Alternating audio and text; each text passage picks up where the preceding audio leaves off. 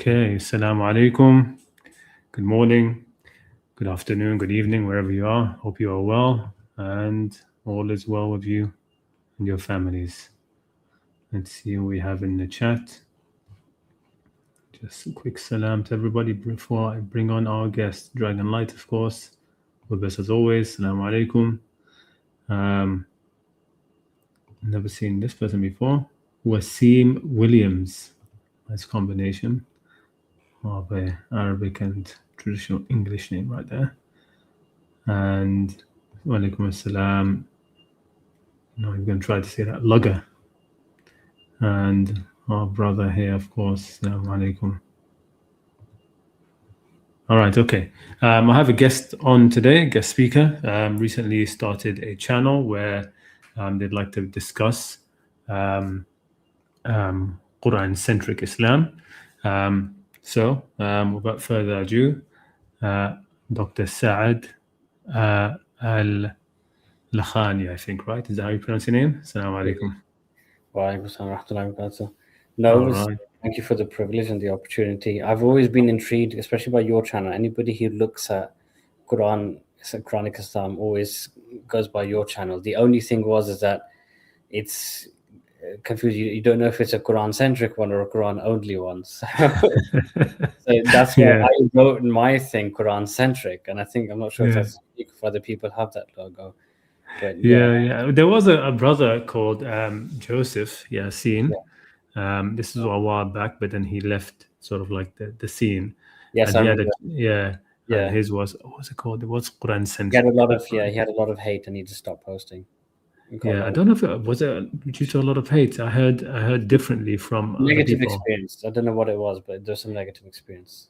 I mean, his last post was basically saying how people said that he basically gave the main issue away in the law. He put like a community post where he wrote his issues and why he's going to be stepping away from the channel. And he says despite researching for a long time, he's not so sure about his opinions, things like that. And one of the points he mentioned was the issue of the qira'at and the preservation of the Qur'an. And it seemed to have been a conundrum for him. I think I remember Professor Shadi Al-Nasser's opinions and PhD. Yeah, you mentioned him. So and also I heard that he actually converted to Christianity from some other brothers, right? Really? Joseph Yasin. I used to have him. I actually used to have him on Telegram. We used to discuss on Telegram, but then I lost that phone, sort of broken, and that I couldn't get that account back. And then it was I think a few months later that around 6 months later, 7 months later, that he announced he was stepping back from the channel. I think he was going to delete everything, but he didn't. I'm not sure if his channel is still up and the content is still there or not. But I guess he was swayed by people who are imploring him, please, even if you're going to step away, please leave the content up.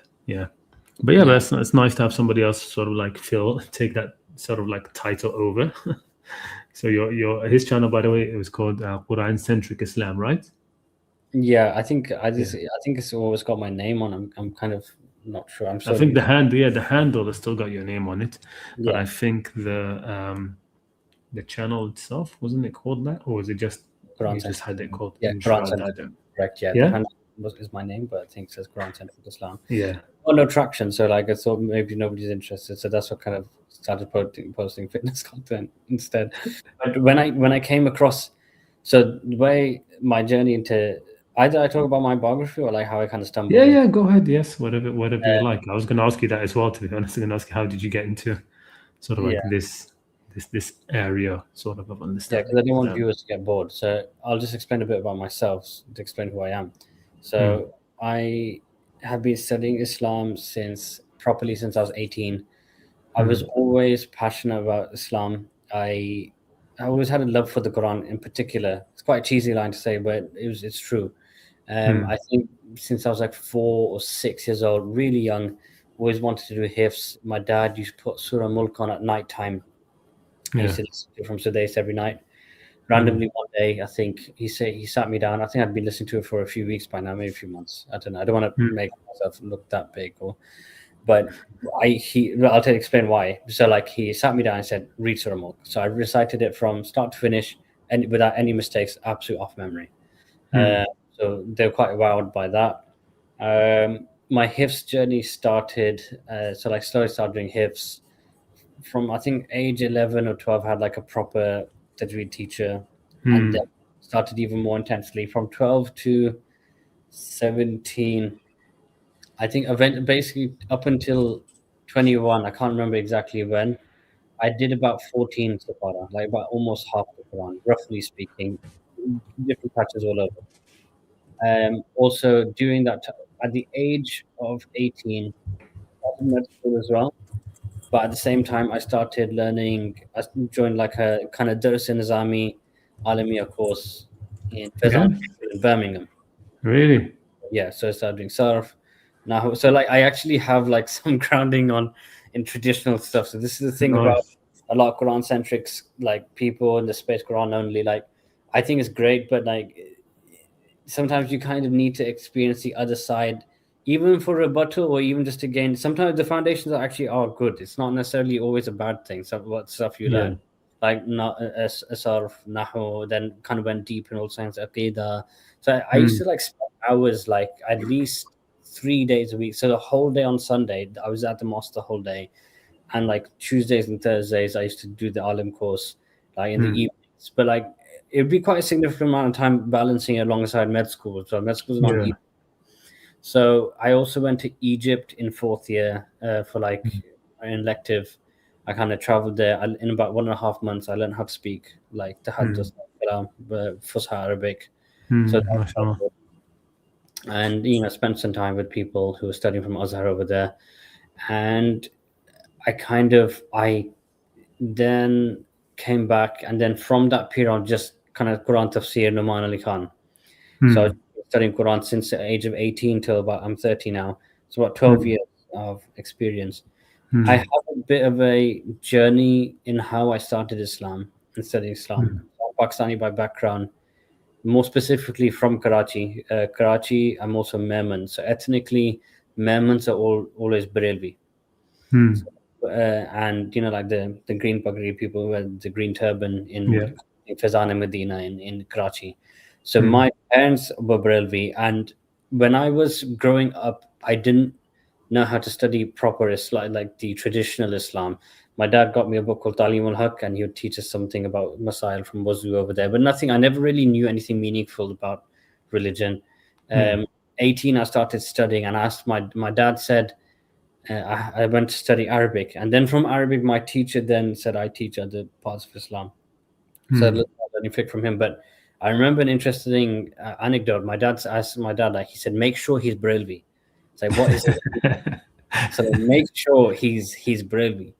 So I kind of like be infiltrated by the Deobandis, right? Yeah. Be infiltrated by the Deobandis. The aqidah might be incorrect, and you don't want the aqidah to be wrong. So I think it was Seekers Hub, like these I started with these kind of Sufi lot in Birmingham. It was good. I think Path to Salvation. These are proper courses. They are like scholars in their own merit. I had a teacher, Sheikh Nasir Rashid, and Sheikh Sajjad Mulan Sajjad Hussain, very prominent scholar in Birmingham. I did I-syllabus with him. That's when I started with Arabic. Then went to PTS, the Path to Salvation. Then from there did proper kind of Dars Nizami and Fazan Rasul. But I started off as a hippie Sufi.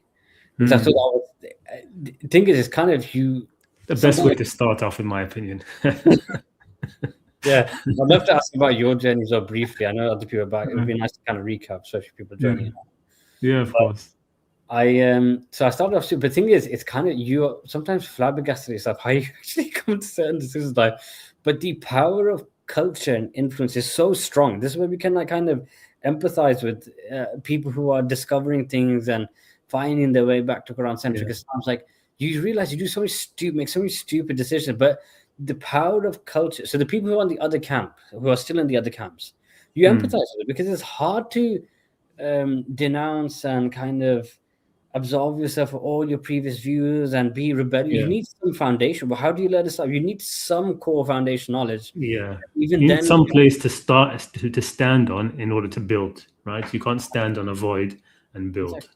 Yeah, and then start questioning. You need a base. You need a foundation.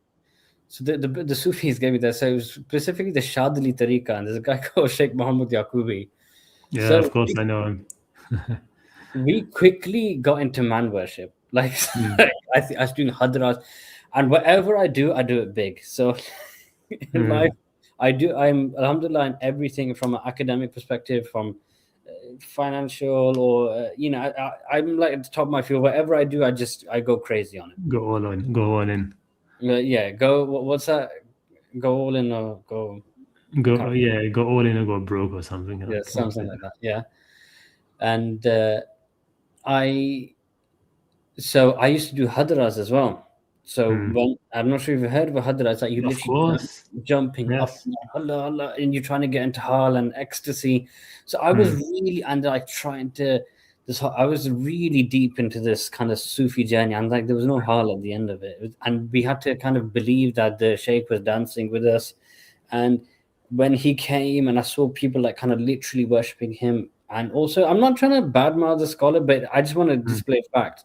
He was so arrogant, in the way he would even tell us a woman. He told her to shut up. He literally told her to shut up. The baby was crying, he's getting angry, and his akhlaq and he was loving. I could tell he was loving, soaking in all of this kind of aura where people were like kissing his hand, trying to touch his clothes.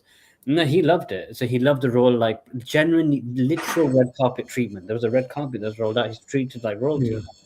So he loved it. And there's also some scandals of corruption in the charity of that he had from his murid.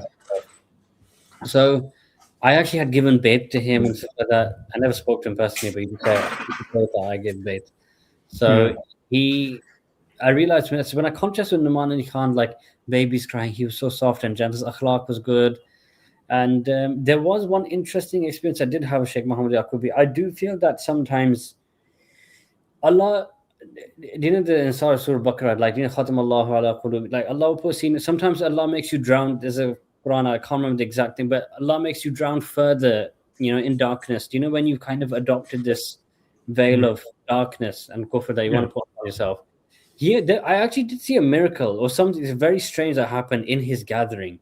We would dhikr, and it can't have been faked.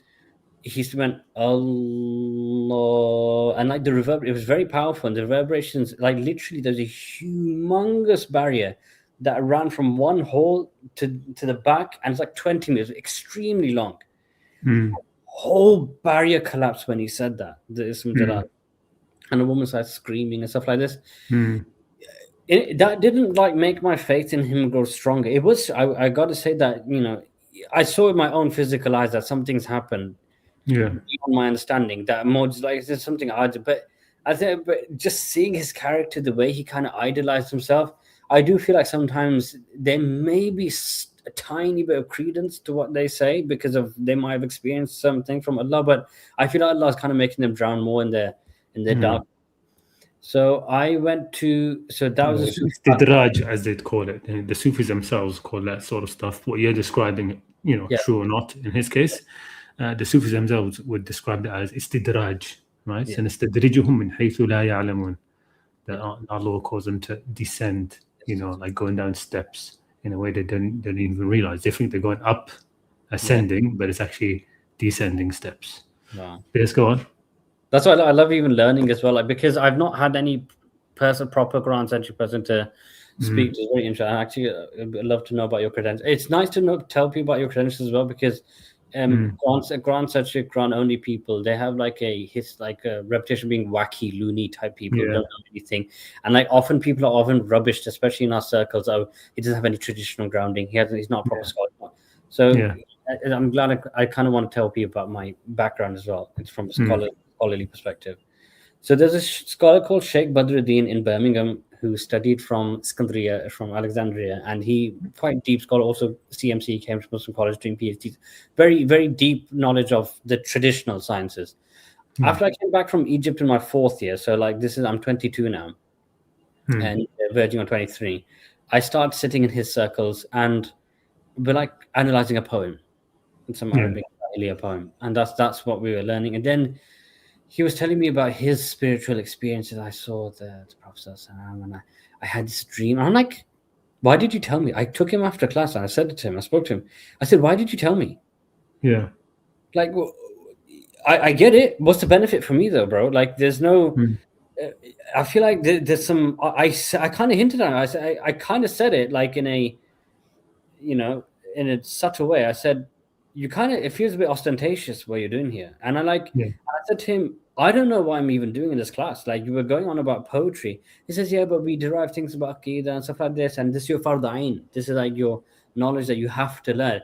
And I felt like by that point, I kind of already knew my fard. And I feel like that's enough. I think all the other masail I kind of covered, Aqidah kind of covered by this point in time. And any more bahath and discussion arguments about Aqidah, I just felt it was so abstract. Yeah. And BS that I was like, I don't. It's bullshit. I don't need to know too much about this anymore. So I left it. I went into the just. So it was a poem of Aqidah that you were studying with him, yeah? I think it's just I think it might be a poem of Aqidah. It's just a poem about love, but then things points would come from. But you'd like bring in the Aqidah anyway, right? Yeah. So this is the problem with other people, that they just study anything but the Quran, which is quite interesting. Sheikh Hassan Farhan al-Maliki talks about it, who I discovered very recently, and I love him. But so then it became just Numani Khan, Bayina, Tafsir. Numani Khan's amazing, but he's a bit verbose. He kind of is a bit slightly waffly, and obviously he's not someone who completely. He does look at hadith in a skeptical way, but even still, he's kind of slightly within the matrix, in the Islamic matrix. Yeah, I mean, his tafsir is in the end. He brings out the traditional tafsirs. He just sort of modernizes it a lot more, I think, from what I remember. I mean, I never followed him closely. I do follow him closely. You can see there's kind of emblems where he's like, he knows that he's skeptical, but I think he's scared potentially. So I think he's massively ignorant that his oversight is he's like, Fiqh, I won't deal with it. I'll just go to Sheikh Akram Nadwi and ask him all the questions. I'll ask him all the questions. He's like, bro, why have you never considered studying? Like, he feels like he's in his own department. That's it. He can only stick to that subspecialty, like Western style, and he can't. Like, surely your fiqh is your ahkam of the Quran is kind of important if you are studying. He's kind of like separated law and legislation from tafsir in general. This is all about nice.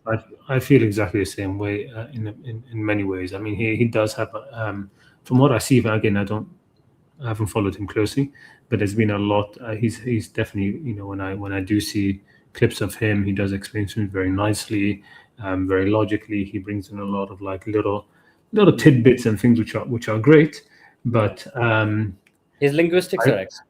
Yeah, but like you said, it's not affecting. It's not getting to the root of the problems that people are having, right? It's sort of like nice thing to sort of spend the time and feel good and listen to, and then people go away and go back to the normal fiqh. So like the Quran is not impacting at all. What he's saying is not impacting beyond sort of like, I don't know, beyond credit to him. Like, just talk about social, like family issues. Yeah, that's what I mean. We talk about these sort of things, which could be talked about, without even without. I think some good anecdotes from linking to his exegesis is not bad.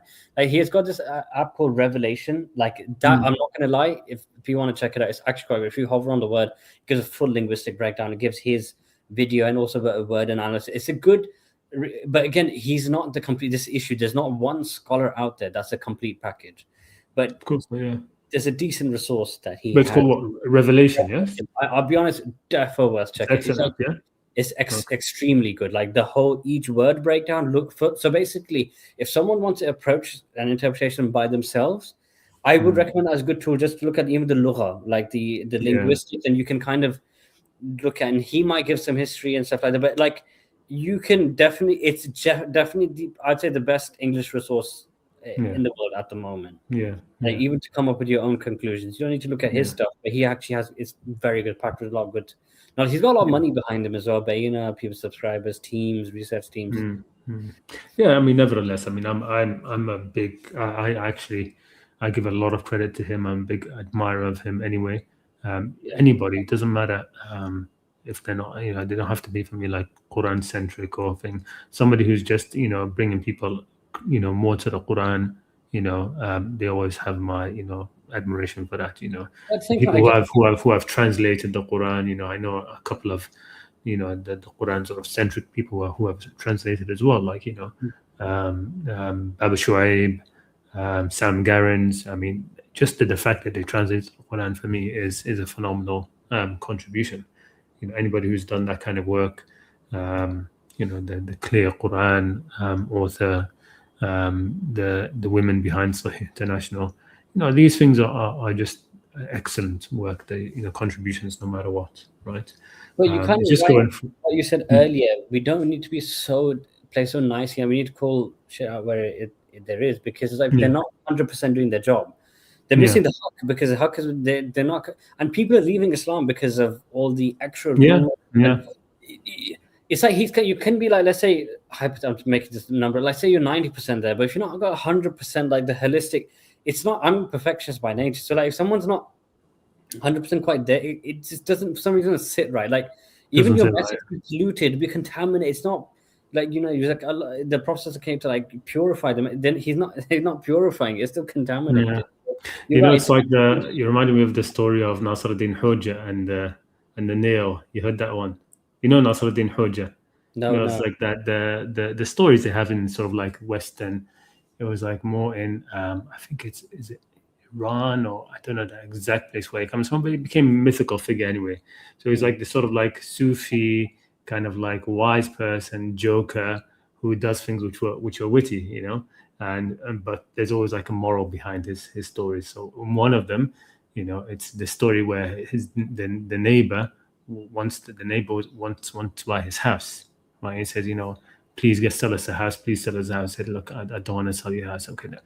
In the end, they push him. He said, okay, fine. I'll sell you the house and I'll sell it dirt cheap, but I want access to one nail inside the house, and you just leave it there. And I want to be able to use it whenever I want. And so they drew up the contract, and it's like they couldn't believe it. They were getting like the whole house for like pennies. And all he can use his nail. Yeah, sure, you can use your nail whenever you want, right? So then they did the deal. He went off. A week later, he comes in, knocks on the door. He goes like, I want to use my nail. So, okay, fine, come inside. He comes inside, stands in front of his nail, and then he hangs up a hat there and he leaves. It's like, well, what's he doing? Leaving his hat on the nail in our wall in the house. But it's part of the contract. Another week goes by. He comes back. He leaves his cloak there as well. And now after 2 weeks or 3 weeks, he comes and he leaves like some entrails from like a thing which he slaughtered on the nail inside the house. And he just keeps on getting worse and worse, right? Eventually he leaves like a carcass, some stinking thing hanging on the nail, right? And then they complain to the judge, say, he can't do this. The judge brings out the contract. Actually, he can. He has sole access to the nail. He can use it whenever he wants and do whatever he wants with it, right? Anyway, in the end, of course, they sell the house back to him. But the moral of that is that if you leave just one nail inside your deen or heart, right, Shaitan can still hang in there whatever he wants, right? Wow. So it's sort of like what you're saying, that you need to have, 100% in some regards. Otherwise, it leaves an access. It leaves an access. Crazy. We're at the forefront of that. Like this small channel, us, like this small group of people. Yeah, well, Yusuf, Allah says, it's like the majority of people won't actually be true believers. That's how it says. Yeah. Anyway, so you were saying what your journey? More about my journey. And this is going to be a transition from a sectarian perspective, like a theological shift. And this is a reflection of Qur'anist kind of transitions in general. So started off Sufi, hardcore Sufi, Brelvi, kind of not there as well. Didn't kind of like you're saying that we eat from your plate, you feed us, prophecies, and all very touchy shirk level. But actually, I would say shirk basically from the Brelvi side of things, where you're putting the prophecies to a station where he's like God essentially. And then from Braillevism, I started kind of like, okay, you know what, I think maybe, as in like the Deobandi started kind of Numani Khan, Israr Ahmed, then they kind of started think they're a bit more balanced, because I got more and more repulsed from the Barelvi side. And then from Deobandi, then you kind of get to the Salafi point, because so the transition, you're trying to become from absolute wacky, airy-fairy, daif hadiths and stories about kind of Sufi stories and dreams, to getting more and more authentic. So like, okay, then the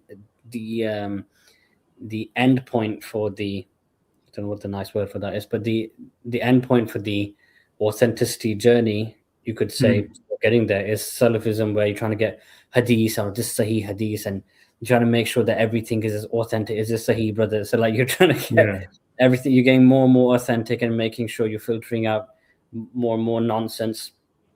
And but then you realize hadith has loads of contradictions as well. Then so from Salafism, then you get to Quranism, so the Quran centric. So this was my journey over a span of years, as I got more and more enlightened, and more like kind of epiphanies.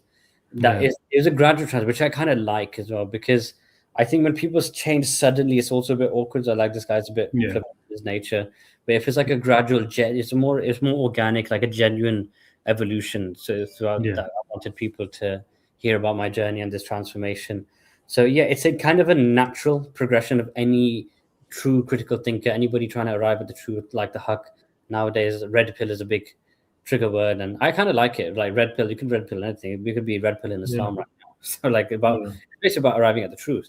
So yeah, this is my journey. And if you look at any scholar in the past, even there's like Sayyid Ahmad Khan in Pakistan as well. There's Quranists there, and like how it started was this kind of natural progression from Sufism to Ahl Hadith, and then eventually to a Quran centric version. So that's kind of my journey in a nutshell. Very, very interesting. Yes, amazing. So how did you get to sort of like? So where did you actually get? Sort of you mentioned the transition into it, but exactly how did that happen? Were certain scholars that influenced you, or just certain issues that kept on popping up, or just the content, this authenticity? I think, if in a nutshell, it's the authenticity. Isn't it? How is the epistemology? Like, how do you know what you're reading is true? So that's how everything starts, doesn't it? So like the text often starts by textual sources. So like, how do you know what's in front of you is true? I kind of want to add a bit more nuance in this. So like, there's your channel's Quranic Islam, so there's what I've called my Quran centric. But the interesting thing is, what I kind of wanted to talk more about today, inshallah, is I feel there is a space, which is why when I joined your Telegram channel as well, like, I think there needs to be some ittifaq, there needs to be like a collaboration where we organize ourselves and under the banner Quran centric. What we can, as much as we hate on like the traditional side, we got to give them credit for one thing. There is this, they like to try and have the sense of ijma, where scholars sit down, councils, and like, I like that. I like the fact that we also need to have something. We need also have a unanimous codex of what Islamic law is, of our own way. And there is what puts people away about Quran centric Islam is like, how do you pray, all the kind of thing. My unique thing in my sense is that I still follow the live sunnah. I'm skeptical about love hadith. I'm not going to lie. I am. Yeah. I'm not going to reject the whole corpus of knowledge that is hadith, which doesn't make sense, because all hadith history is like hadith. That's how it's kind of preserved in that similar fashion. For me, that live, because even when I went to my class, but I did love that one point. My teacher did say this, is that the living sunnah, the embodiment, that sense of the tradition of the sunnah being passed on as a practical transmission. I do like that. Even that you can see that in Imam Malik's fiqh, stuff like that. But I still have. I'll tell you one interesting story, and it's a practical thing. How do I pray? How do you pray? Okay, according to Quran centric way. So I remember so this was going from Sufi to Salafi. So I was like, how do I pray? So I tried to read a book, or like some Islam Q&A. That's why they're like the gold standard for the Wahhabis and Salafis. Is that you know, Islam Q&A. They show you how to pray. I swear to you, for the life of me, I could not figure out how to pray. I don't know when to waggle my finger, and then didn't know when to do any of this. Because if you try and teach a practical thing in a written form, I'm a doctor, right? So someone trying to teach me how to do like a cannula and like inject like the tube inside my body, all this kind of stuff. You cannot read that. You cannot read it. I've tried. Like you won't get any understanding. You have to do practical transmission. Even the Prophet, when people used to convert to Islam, they should teach them how to do namaz. They should teach them salah. Like you have to like physically show them. A picture's worth 1,000 words, right? So it is true. I mean, I remember this thing where people would, in the old sort of like books of some Arabic books and stuff, where they try to describe an animal, right? In Arabic, right? They're trying to describe this animal. You would never figure out what the hell they're talking about. Just from the description of this animal, it looks like this, has it. You can't figure it out. The issue, of course, of salah is on the one hand, there is this issue where you don't have any, even if you were to take all the hadiths together, you will not be able to reproduce faithfully the salah of any of the madhahib of anybody. You can't, right? They don't have enough information, partly because the hadiths on salah were never meant to do that. They were all just, most of them are hadith where they're arguing about details of salah, and they already assume that people know how to pray. I mean, that's inherent already within the salah, within the hadiths of salah. There's already the implicit understanding everybody knows how to pray anyway, so there's they don't help, they just argue about the details, most of the hadiths. So I want to have a discussion with you about this. I'm going to ask you to jump in as well. So it's not just a blog for me. So basically, I watched to finish off that little snippet of the journey. So when I watched a video on Sheikh Asim al-Hakim, a scholar, and then he's got a video, you can even look on YouTube, how to pray, and then he goes like, and there's a hadith for each bit, and then he what he does is like, I kind of find it similar to medicine, where there's an evidence-based approach. So like we have like nice guidelines in the UK, and there's always like a bunch of studies and research. So for each recommendation, like treat high blood pressure with this treatment, do this A, B, C, D, these algorithms, they come up with evidence-based. They're like, after like all this discussion, they come up with standardized like regimen according to the best evidence. I feel like he kind of replicated that with like all the different madhabs and stuff. So like, and looking at hadith, so I feel like he kind of came on the balance and the most, we find this the best evidence base. So we're going to go for this hadith, like, and we think this is the most, and he kind of came up with a standardized way of praying, which is the Salafi methodology, really speaking, is that they kind of amalgamation of all madhabs, which I find like is a kind of like an evidence-based way of doing it. I find I learn how to pray by watching him, by observing him.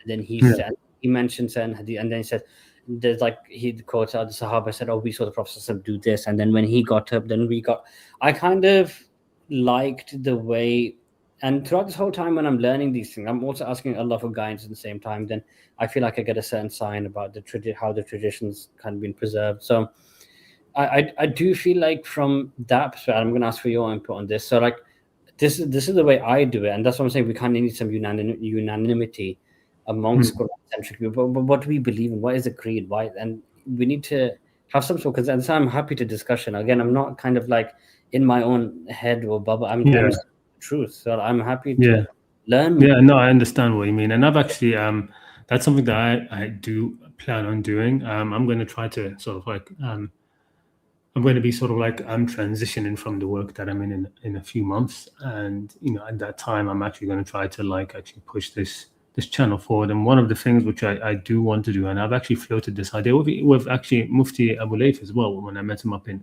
Birmingham. So a few years ago I met him in Birmingham. I live in so like I'm basically born and bred in Birmingham. So like really, all right, yes. So I was actually thinking of trying to get Birmingham's extreme. I don't know if you know, but it's internationally known for being extremely sectarian. Yeah, really. I did not know that. Badly sectarian. Yeah.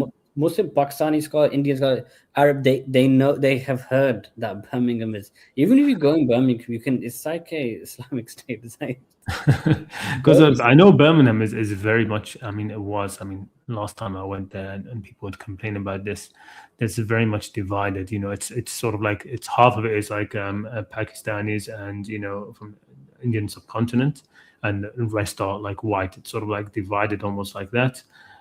but I didn't know that within like the Muslim thing, there's a lot of sectarianism. I mean, a bit kind of bit hardliners.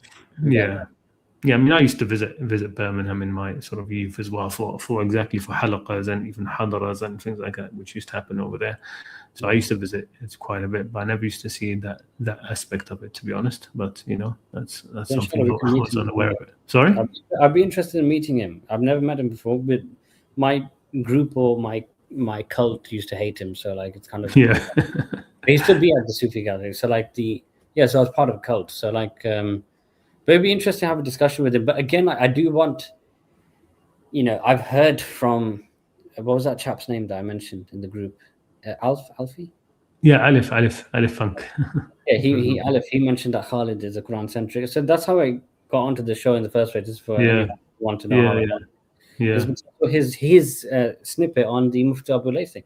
This is how the Mehna and the effort starts. Is from people like you guys or us talking about it, so I can actually reach out and then have a discussion. Yeah, exactly. So I do want to, I do want to like, I was thinking of setting up sort of like a, I don't know, Quranism or Quran centric sort of conference to bring in everybody together, whether on my channel or a different channel. I was thinking of Muhammad from God, Baba Shuaib, myself, a few others, to start with, having sort of like maybe a 1 month, every month or something, coming together on a stream, just to get people together first of all, as the first step, get us all in the same room, and to speak a little bit. I remember speaking with, this was years back actually, and a friend of mine recently who came to visit me, he would tell me you should have accepted his offer, but of Dr. Khalid Abul Fadl. I've heard of him. My Sheikh Nasr Rashid, my first proper Islamic, my alim teacher, he spoke very highly of him. He started looking into Gandhi and stuff. So my own started a bit of a journey after he went to Cambridge Muslim College. He started looking at Gandhi and Khalid, where he speaks extremely highly of Khalid Abul Fadl. Yeah, he's wonderful. I mean, I wish I had more time to sort of like go through his stuff. He has a book, The Search for Beauty in Islam, which is highly recommended. I still haven't read it. He did this project, Illuminate, I think it's called, where they basically went through the whole Quran tafsir wise. And he's very Quran centric, Quran first, and he doesn't discount the traditional hadiths. He's very well educated. He's got a real grounding in all of the sciences, and he's a law. He's a law lecturer as well. So he's in the States. So he got into contact with me a while back. A follower of mine sent him my video on Quranic Islam versus inherited Islam, and so he listened to that and got his wife Grace, who's wonderful as well. He got them both he got her to listen to it, and then he asked that follower of mine. His name was Reza, if he's listening. And he got into contact. He got us together, and we had a Zoom call, and he was inviting me to come and to come if he could sponsor me to come to the States. At the time, I said, look, I wish I could, but I just can't. My personal situation won't allow it. But I was mentioning to him at the time, I think it is very important that we have this thing. In the Quran, it speaks. There's this verse which says, وَالَّذِينَ كَفَرُوا بَعْضُهُمْ أَوْلِيَاءُ بَعْضٍ. That those who have kafaru, right, they are sort of helpers, they are patrons, they are allies of one another, right? And that is set as being their default state. Like that's how they are. And then it turns to us and says, وَإِن لَمْ تَفْعَلُوا تَكُنْ فِتْنَةٌ فِي الْأَرْضِ وَفَسَادٌ كَبِيرٌ. If you don't do likewise, ally with each other, support each other, there will be fitna on the earth and widespread corruption, right? And it sort of indicates that is not the default of the people of faith. And it's true, because if you think about it, to be a person of real faith, when the majority, like you said, are not people of faith, you have to be independent. you end up becoming a very independent person, that's sort of like your own soul going through the world. And there'll be people that get attracted to you, and you can you speak to them. But generally, you find this all the time, that the people of the people of real thought, of critical thought, of deep insight, of independence, of real freedom, freedom from ubudiyya, from servitude other than Allah, they're usually on their own, and they don't. And because of that, the byproduct of that is that we don't gather as we should. We don't gather. It's sort of like it's a direct byproduct of being independent, that you don't, do what. Don't you see all movements start like this as well? So even like how we're talking about the gradual progression to authenticity, even Salafism started like in the Ottoman Empire. Everybody's kind of doing their own Sufi stuff, and the taqis also, and then I bet this was as in when any new movement starts and catches a lot of drift, I think attention, that is always starts as everything starts small and organic. It starts like that. Masculinity with Andrew Taylor. How do you become like the most Google man on earth? Like billions of people watching. Like nobody used to. This is a very black. It was like a very kind of small community talk about masculinity. Like and it hasn't already been invented. Like as in, it's already been like talked about. It's always, if it's already mainstream, you're already too late in on the party. Everything starts from original unique thought, and inshallah it could become a massive movement. I don't know, we haven't many views on this thing. There are not many subscribers, but I mean, it's fine. If we step on enough toes and debate big people, or even talk to big influencers like Sneeko out there, people compared to Islam, like even if we get like people to know about the true version of Islam, I bet even someone like Andrew Tate as well, I bet he got put off with how many laws there are, random rules that you have to follow. But it's sod this, and I'm just going to live like my haram life. So I think, inshallah, I think it's just because the point I was making of that was you find that in the sectarian groups, that they are always sort of like helping each other, supporting each other, appearing on each other's channels, doing collaborations together, podcasts together, all of these things. Whereas you find, the people who I would say are closer to the truth, you find that they're all sort of like, everyone is sort of like doing their own thing, right? It seems to be a natural byproduct of being a person who's willing to go on your own, to be a Hanif, right? One of the things that people say about the Hanifiyya, what does it mean? It means to strike out on your own, right? Despite all the difficulties. And so just because of that, it lends yourself, it lends naturally to you being a person who doesn't collaborate with others. But this verse is telling us we should. In lam taf'alu takun fitnatun fil ard wa fasadun kabir, because alladhina kafaru will always be backing each other up. So we need to sort of like back each other up as well. So that's definitely something I would love to do. Nobody knows what the Quran. Anybody tries to look into Quran, say, what does it mean? There's no codified kind of central, direct Qibla. Nobody's kind of looking at one kind of thing or one institutional organization. There's extreme, like I think even Alif wrote in his book, there's just such a diaspora within Quranism. But it's normal. It's normal, like you were mentioning. It's normal at the start of something, really. I mean, this was the same with Sunni Islam, proto-Sunni Islam, you could say, because early Sunni Islam, there was so much, it was so huge number of opinions, right? Huge variety of opinions, and in the end, it gets whittled down, fizzled down, and you have these characters that appear that basically around whom the Sunnism that we have now has emerged, right? Whereas, to be honest, in the early Islam, the early period, you could say that 90% of the Sunnism that was there has sort of like died out. The opinions, in the end, one opinion ends up, becoming dominant, especially when the politics get involved. I mean, we used to have a huge number of madhahib. But the reason why we have 4 madhahib, most people don't know. They think that these just survived. No, it was actually Nizam al-Mulk, one of the caliphs, who decided that any official qadi working for the state had to give the fatwa based on one of these 4 madhabs, and that of course led to the mass death of the other madhahib that were still around at the time.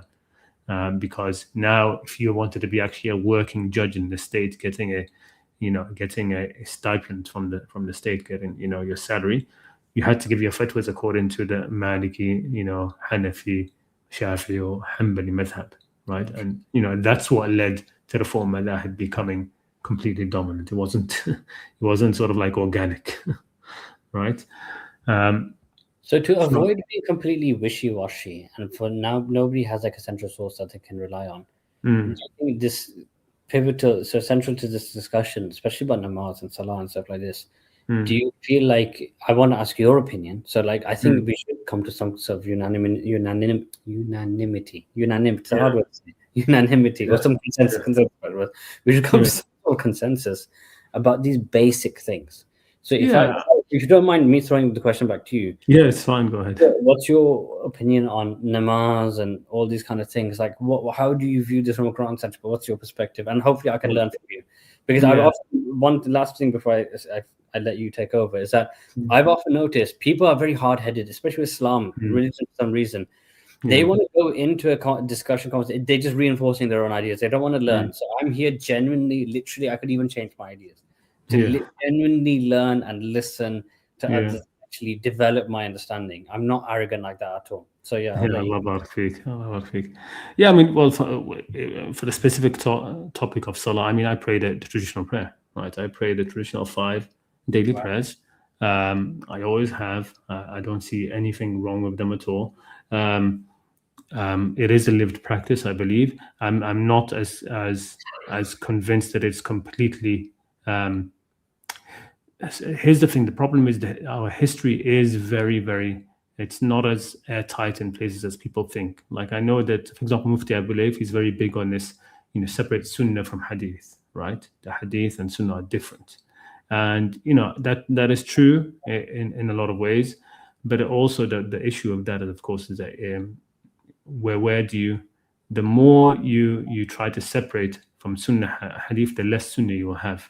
Right, you end up the Sunnah of the Prophet becomes what? They prayed 5 prayers a day. That's it, right? So if you start saying that the Sunnah of the Prophet is only those things which are sort of like the lived tradition, you're not going to have much Sunnah left.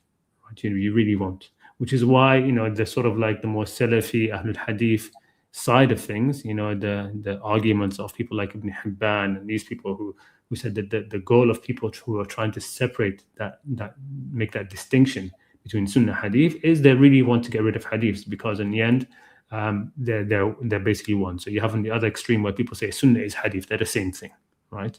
So they don't have this separation, and it's just the fact that the more you try to the more Sunnah you try to get, the more you end up having, it becomes Hadith, it gears more towards Hadith. And the more you try to say no, Sunnah is not Hadith, the less Sunnah you will have. You won't have almost anything. I mean, we talk, for example, about the lived tradition. I mean, the takbir, according to hadiths, and just multiply attested, the takbir of saying Allahu Akbar, and the takbir in the salah that we do, that had died out in part of the ummah in Uthman's time, right? In Uthman's time, people had stopped. AI kind of dubbed from Sheikh Hassan Farhan Maliki about that. Did somebody do that? Yes. Yeah. Because it's in Sahih Muslim, right? That Ali ibn Talib was the one who revived it. Basically. I did look at the video, but I think it was a bit long, and if no, but it's because it's one of the things that happened, right? So what happened? So like because of what? Exactly? So basically, it wasn't happening in Medina, of course, but in parts of the what they call Lamsar, the outer provinces. During Uthman's reign, because it had to have been during Uthman's reign, because it was Ali when he became the Khalifa and he went to Kufa, and then he led the people in the mosque. Afterwards, people said, "Oh my God, did you see what he did? He every time he went down to ruku', he said Allahu Akbar. When he went to sujood, he said Allahu Akbar. When he got up from sujood, he said Allahu Akbar. When he stood up, he said Allahu Akbar." Which means what? It means that the people had stopped doing that. They had gone. They had disappeared. Right? And Imran Hussein said, لَقَدْ ذَكَّرَنَا هَذَا الرَّجُلُ صَلَاةٍ كُنَّا نَصَلِّيهَا مَعَ رَسُولِ اللَّهِ. This man, Ali meaning, has reminded us of a salah that we used to pray during the time of the Prophet. Right? We used to pray it. Right? So that means what? In Uthman's time, that had died out. Right? Because in the end, people followed the rulers. Really, I mean, people who people sometimes talk about how Islam spread in, like, without the sword to places like Indonesia, and they said it happened in this by the Sufis and the merchants. No, it was the rulers. When the rulers converted, everybody else converted, right? Same thing happened in Morocco. Right? Say again. Malaysia and Indonesia, I don't believe was by the sword, was it? I think that was yeah. They weren't. But it was in the end, the everywhere rulers else is by the sword. Yeah, everywhere else is by the sword. Yeah, when the rulers converted, everyone else converted. In Morocco, everybody used to pray with their hands on the side, right? As-sadr, in the Maliki madhab, right? Then Hassan al-Thani, the king, then started to pray with hands folded. And now you can barely find a single person praying with their hands on their side in Morocco. Very soon after that, and you could spend the Salafis or others could come and try to convince the people of Morocco and the Malikis for 100 years, 200 years to pray with qabd, and they wouldn't. But then the leader comes and prays like that, everybody follows, right? And the same thing happened, for example, in Saudi Arabia when Mohammed bin Salman, took over and he started saying, we have to rely less on afrad hadith, and we should only take the hadith which are mutawatir. And he started to talk like that, and he started to say how the kingdom has been wrong in going towards this extremism stuff. Next day, you have all of the scholars, declaring their tawbah from the extremism and from the jihad and from this straight away, right? Whereas somebody could argue with them for till they're blue in their face, until they're grey and old and dead, and they won't change their mind, right? Why is Hassan Farhan Maliki, Sheikh Hassan Farhan Maliki, why is he in jail? Because if he's lenient, is it because I think apparently too many scholars got pissed off at him for doing that? So what was it? No, yeah, well, basically it was the actions of the fanatics over there. They got him in jail many times, I think altogether it was 4 times, 5 times. And he'd be thrown in jail and he'd get out. Why is for Sheikh Hassan Farhan Maliki to say, could he not have just gone to America or the UK? I think he had offers, and actually, it would be nice for us to have a proper scholar. Now he's in jail. What can we? He did have those kind of offers, but he says, look, my parents are here. I love my country. I love my fellow countrymen. My area. You're in Pakistan. Yeah, I mean, when he says I love my country, he didn't mean the government. He was saying the people there. And to be honest, the Saudis are. What the thing about it. If you actually live in Saudi, you'll find that the most fanatical people are not the actual Saudis. They're the foreigners that come in, the ones who come here there to do hijrah. They're thinking they're coming to the land of thing. They're the ones who are the most fanatic within the country. It's slightly hard. It's an oversight by Sheikh to not, because we are missing out on such a resource. Yeah. And he's in jail now. So and you're gonna say Saudi, Pakistan, these Arab Muslim countries, they kind of think in that kind of backwards way. So jail, dictator, buying you up power. It's I think he could have thought, as in it's not, doesn't mean that the message dies with him. Allah will always have a way of means of either through me, you, whoever, but I do feel maybe I know you love the patriotism. I don't think we can ever relate to that level, that feel, because we're not born and bred in that kind of country and feel like we belong to a watan or that soil. Yeah. I mean, so we don't know that feeling. It's more like he's from the mountains. He loves to go, it's in South Arabia, his area, South Saudi Arabia, the mountains of Bani Malik, and he loves to go over there and hike in those mountains. They're green, they're lush, and he's got his extended tribe there, and he loves the actual geography even of the country and stuff. So he doesn't really have it's not really sort of like patriotic in that sort of way. It's just it's why he's always known. It's why he has he's had all his life. But anyway, so we got diverted a bit. So when it comes to these kind of idea of the Sunnah, I'm a bit critical of the sort of the lived tradition. The lived tradition can change. Are we sure that the lived tradition wasn't tampered with, didn't change? It can very easily, right? I don't think that the Salah dodgy, because it's not as an odd you're just 100% practice out of Medina. Then why is it so drastically different? Yeah, exactly. Right. I mean, doesn't the Amal of Ahl al-Medina have problems? Has a lot of problems, Otherwise, the Maliki fiqh would be pristine, right? It would be, but it isn't, of course. So we have these issues, Like when people quote him as well, like they said, there is no central authority. There needs to be one central authority. Ideally, people even need a face. You can't show your face for obvious reasons, but it's people need that to look to a source of light that they know that this guy speaks sense. He's a source of reason. So even if we kind of again, we're like they're almost there, not there. It's like at the moment right now, I'm really resonating well with your views and bouncing off your ideas. But you're right. At the moment, it's all too wishy-washy. We need one kind of central place. So even if I have a discussion with you right now, if we kind of, I think it'd be good to come to some sort of agreement on Salah. So even if we take that as a discussion of choice, since we're on it, and today it would be nice to kind of have certain videos, like a series, like our own version of fiqh, Quran-centric Islam. So if that would be, it'd be nice to have some sort of, it's like a channel, like people go to, okay, this is a resource. People don't read book. I think videos actually are a better way of transmitting information than a book. Why read a book when you can hear someone and you can the information can come out way faster than if you were to read it. Yeah, you can listen to it and stuff like this. So play it times 2 speed, right? Yeah, exactly. By the way, you reminded me of something. There was a project which I tried to get involved. I just didn't have the time to follow up with them. But this team who are trying to actually create they reached out to people on Reddit, and I tried to get involved, and we had a Zoom meeting. And basically, they're trying to create a whole resource, an area of resource, exactly sort of like what you're saying, but more to address the common issues, right?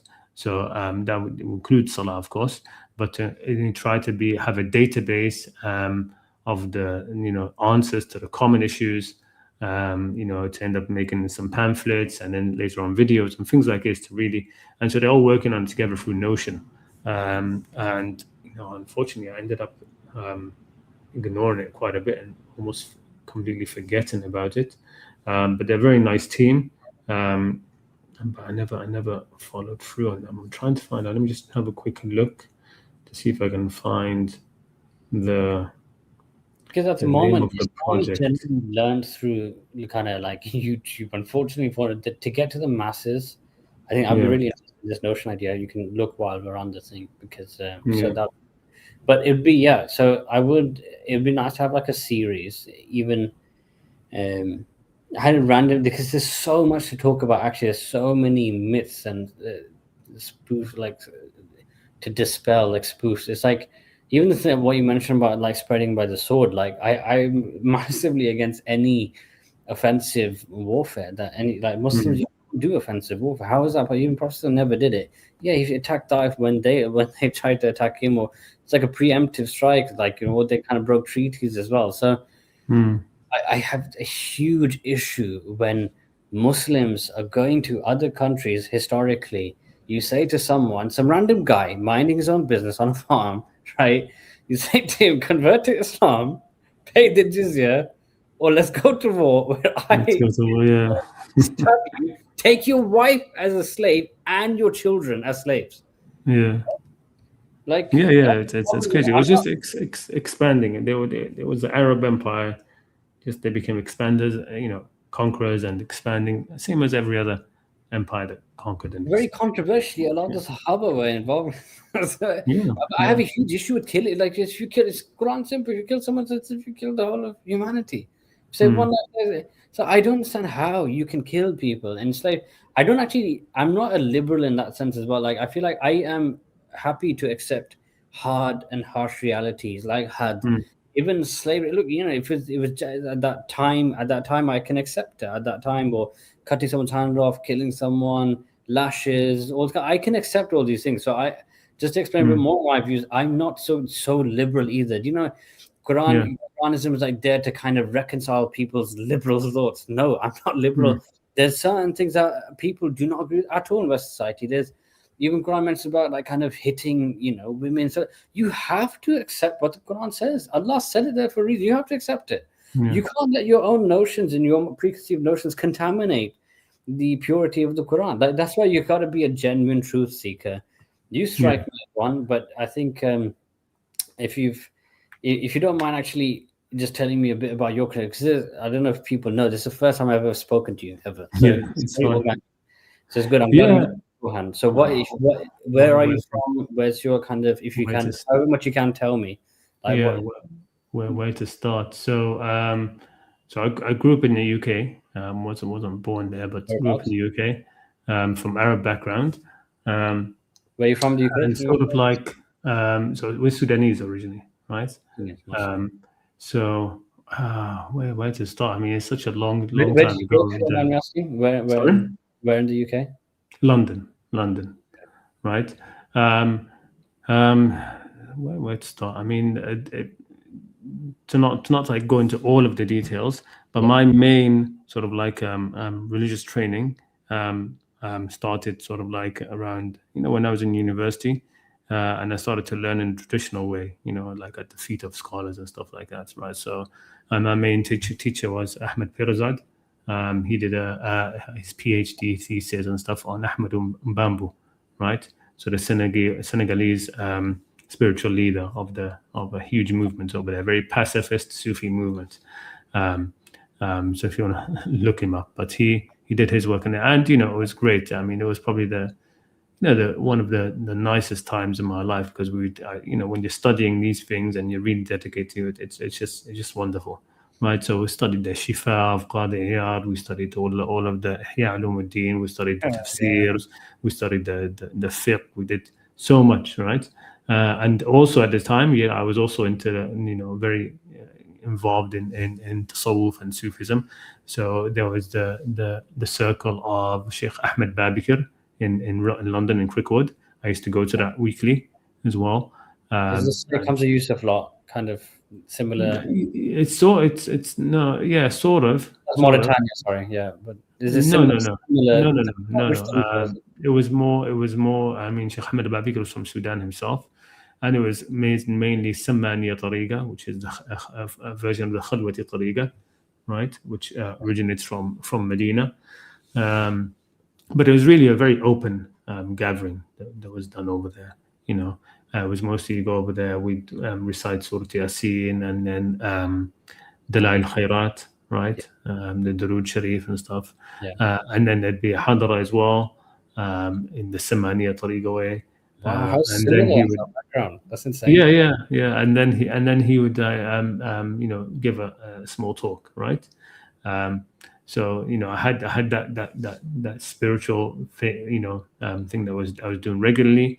And at the same time, I had the actual, like rigorous teaching in terms of the, They had so many wazifas, didn't they, in Sufism? You don't even know, like, should I read Quran? They had like 1,000 different.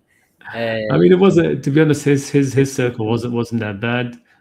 There wasn't like it wasn't like an official tariq where people took bay'ah to him. He didn't accept bay'ahs, right? So Ahmed Babikir. He didn't accept bay'ahs. He just gathered people together for the salawat on the Prophet and for reciting the Quran, much more laxed in that kind of way. It never descended into a cult. It still goes on now, that circle, and it's one of the few which never actually did descend into a cult. I've seen plenty of these Sufi things which have descendant really have become like sort of like very cultish. Sheikh Ahmed Babikir has always been just an incredibly humble person, very grounded person. I used to see people come in, at the time, so angry at him, slapping him in the face, and he would just say, "I'm sorry," and not do anything. And he was a very, very relaxed, chill person. Not a bit too mellow, though. Do you not feel like some people are a bit too like kind of? Some people are. I mean, he was like that. I mean, he did have tea for you. He'd get angry at certain things, but it would never be sort of like.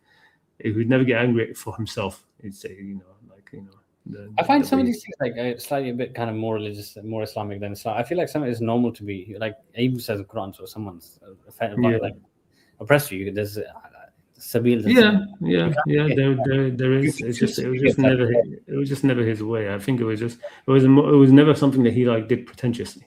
Yes. It was just I mean, he was just like he wasn't not ostentatious humility. Yeah, he wasn't like doing it out of pretentiousness or something like that. Yeah. This is how I am, how I've been raised, and I'm not gonna, start. So what? A slap comes and goes. But anyway, so that was a great time. And then from then, after I graduated university, I went abroad for work. Worked in Saudi. I did, I studied in the College of the Prophet's Mosque while I was there as well.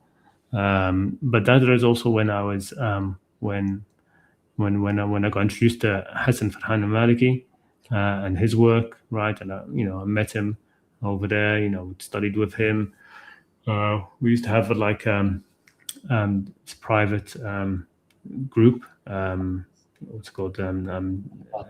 Telegram, WhatsApp groups, right? Where we talk. In fact, a lot of the things which you find now online, which is audio, they come from those groups. Where we would be, in discussions and stuff like that.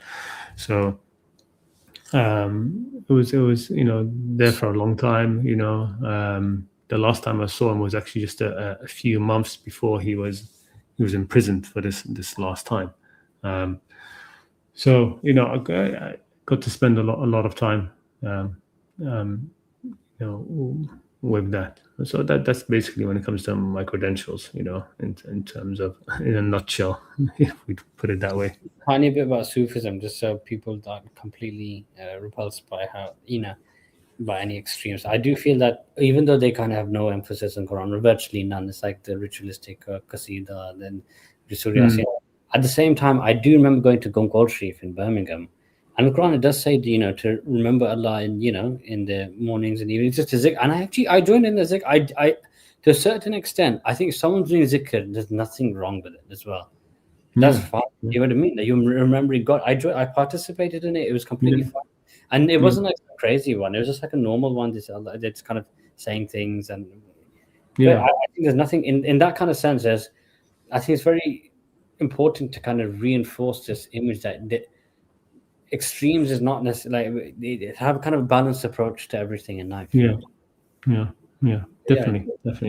I feel like being from the UK as well, British is like, we have the kind of, I don't know, it's interesting that we have. So if you don't mind me asking, how old are you? Like, how long have you been studying for? No, I'm in my, what am I now? 40. What am I? 43. 43. Okay. Yeah. So I'm 43 years old now. The UK was wild for a job. Sorry? Like, what do you do for a job?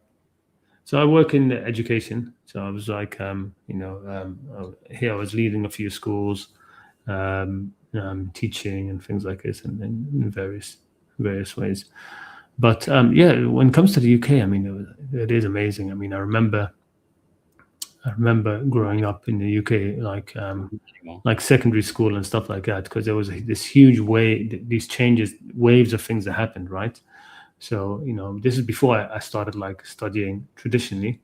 Of course, it was the Salafis and the Hizb ut-Tahrir. It was first Hizb ut-Tahrir that were big. That was the first, in when I was like very young, like 15, 14, and when the people around me like started like talking about religion and stuff, the thing that came up the most at the time was Hizb ut-Tahrir. I remember London Mosque, Regent's Park Mosque. They would be there gathered, and you had the Muhajirun, and then there's this whole thing, right? There's anything wrong with the Khilafat time. But if in Pakistan, like I'm from Pakistan originally, it was kind of created on that notion. I'm not Hizb ut-Tahrir. I don't even know much about the organization, but I think this kind of Pakistan was created for Pan-Islamism. It was it was born and is the only country that was made in the name of Islam. Obviously, people don't respect that much, but still, there's always been this. The ISI chief used to like kind of help out in Bosnia. Pakistan did help out in Bosnia. As much as people want to say Pakistan's helped out in a lot of it's one unique country that's actually had missions, black missions in a lot to help a lot of Muslim countries that have been persecuted. One of the few countries that has done that. So I think this, we should hold the rope of Allah together. Do not be divided. Yeah. So it's a good thing. Yeah. So I mean, but that was. I mean, what that was one of the things. I mean, you're talking about the disputes and things at the time. They were pretty heavy, right? Like at the Salafis, and they would argue in the mosque. Sometimes there'd be fights in the mosque, and you had all of these constant issues, right? And I remember at the time, I turned my solution at the time when faced with all of the differences between which group is correct, which sect, which this. My solution was, you know what, ignore all of them. I've always been sort of like a person who's always How can you ignore all of them? Huh? Can you will somehow, even inadvertently, like somehow, you'll be listening to some scholar who will will have some bias. That's the issue. It cannot be ignored. This is the thing. You'll always listen to someone who has a bias, who has a slant, who has been, being programmed. Influence is a natural thing. Everybody's programmable. So it's very hard. The issue is you cannot actually avoid you can't. It's very difficult to. It is difficult. I mean, I managed it by just not sort of like not being around it, I suppose, Subconsciously, you will have certain things that will originate from some doctrine or creed. Of course I had that without a doubt. But I sort of like I just shelved everything in a way. I was like sort of like, yes, okay, then I think I know this, I think this is that, but what do I know? And I turned to Salah. So I became a person who just enjoyed my time just in Salah. How do you pray? Do you pray in what kind of? How do you? This I'm talking about before. This is like before I started studying, before I went to university. At that time when I was very young. Now, how do you pray? Now I'll pray the normal prayer. So I pray the Maliki madhab. I pray with my hands on the side. That's sort of like my background. I'll pray my hands, folded in the mosque around other people, so they don't feel uncomfortable. I just pray the normal 5 daily prayers exactly as the reason for putting hands down the side in the Maliki madhab. Why? So do you in the way you do salah, is that for me? Yes. There's no reason. I mean, I can do it with like folded hand. There's literally no reason. I'm just used to it. So what's the correct way? I don't believe that there is a correct way for I do have a slight issue, and thing is, do you know, and because these are natural organic conversations, I feel like my little brother asked me, people ask you just curious in general, and you can tell they're being genuine. I feel in life, it's like, if you see my video, there's a bit like, there's a Baghim Bainahum, there's like there's a what's up? I need to. You mentioned that verse. Do you know? Do you remember the verse? What was it? ما تفرق حتى جاءهم العلم بغيا بينهم. There was often knowledge came between them that they diverted from that they differed. فافترقوا حتى جاءهم العلم بغيا بينهم. And then I think that at some point وإن الذين أورثوا الكتاب من بعدهم. Yes. I'll tell you one thing, something interesting about what you just said. So I guess we're bouncing off each other. So do you know when there's confusion? The generation after that, when you teach your kids, like innocent kids, I don't know if you have kids or not, but like they will be lafi shakkim minhum. They've been doubt about it. It's like it's confused. And I can understand if a 5-year-old came to me and I told him there's like 10 different ways to, he would think like, look, such a basic integral thing.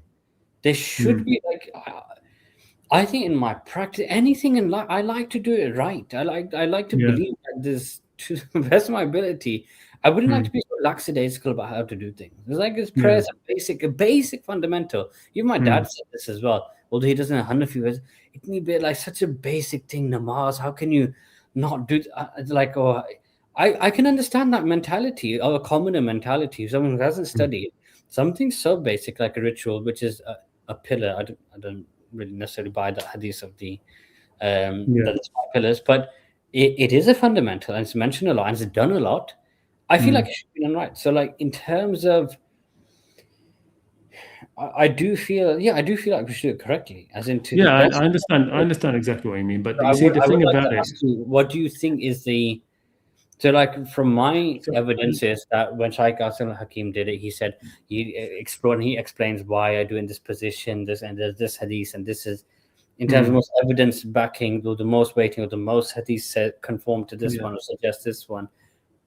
What do you think? Yeah, I think the very basis for that whole thing, which is what they base it is that the correct way to pray is how the Prophet prayed, right? Of course, so this is the way he prayed. That's the correct way to pray. Yes, and of course, صلوا كما رأيتموني أصلي, right? And as Quran says, right? فاذكروا الله كما علمكم ما لم تكونوا تعلمون. Remember Allah how He taught remember you. Allah as He taught you. وإن كنتم من قبله من الضالين, right? But the thing about it is this: look, Salah is meant to be for the dhikr of Allah, right? That's its goal, right? There is not going to be one unique way which you must pray and which any other way is wrong, right? The prophets all prayed, right? They didn't all pray the way the Prophet Muhammad prayed. Right? They didn't have the 5 daily prayers, right? If I were to now, by the way, I don't know. Sorry? I've been too scared to. Do you have to say Sallallahu Alaihi Wasallam, or is it not necessary? No, I mean I say it, Sallallahu Alaihi Wasallam. You have to say every single time. I don't know. I've heard there's a hadith of Jibreel, but is it an issue if we don't say Prophet Muhammad? If we just I don't think it's an issue if you don't say it. I mean, we're commanded to send salawat on him, and just doing it once is enough, as they would say, right? That you feel the obligation. But it's it's something that it's a good thing. I mean, people persecute you for not saying salawat. Do you know what I mean? Even I'm consciously so scared. I have to say that I might be destroyed if I don't. When you say Prophet, no, it's fine. I sometimes say it's good to have like reassurance in someone. I understand. It's fine. So, you can just say the Prophet Muhammad or Muhammad. You don't have to say the Prophet. You don't know how much I'm scared. Like to say, I hesitantly say it. Like it's very difficult. Really? It's the scaremongering, isn't it? It is. There's a lot of we suffer a lot of religious abuse, unfortunately. Right. So for example, somebody prays now the way that Ibrahim alayhi salam prayed. Is that going to be unacceptable to God? Is that a wrong way to pray? If somebody prayed now the way Isa used to pray, or any of the prophets used to pray, in the Quran, the Jews are praised for their prayer, right? There are Jews in Medina who, of course, they didn't pray the way the Prophet Muhammad prayed. So the thing about Salah is, I don't believe that the Prophet was given one way to pray that was for us that we had to pray. And in fact, even in the Quran, you know how a lot of Qurans will try to like extract how to pray from the Quran, right? Which can't be done, right? But one thing that's very interesting, I've noted a few times, is that all of the verses which talk, for example, about when to pray, there are some verses that people will take saying that this verse is telling us how to pray. They're all addressed to the Prophet only. They're in the first person singular to the Prophet only, right? All of those verses where people extract from in the time of the prayer or how many times you're supposed to pray, all of that, they're addressed to the Prophet alone. But there's a nuance to the argument as well. There's a slight, if you don't mind me interjecting.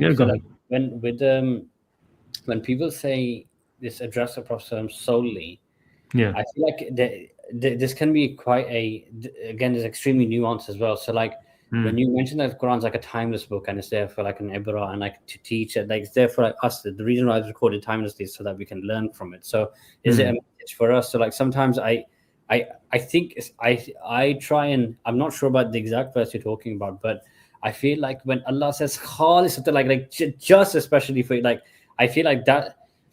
I think it's like when it talked about the women not having to give mahar to him.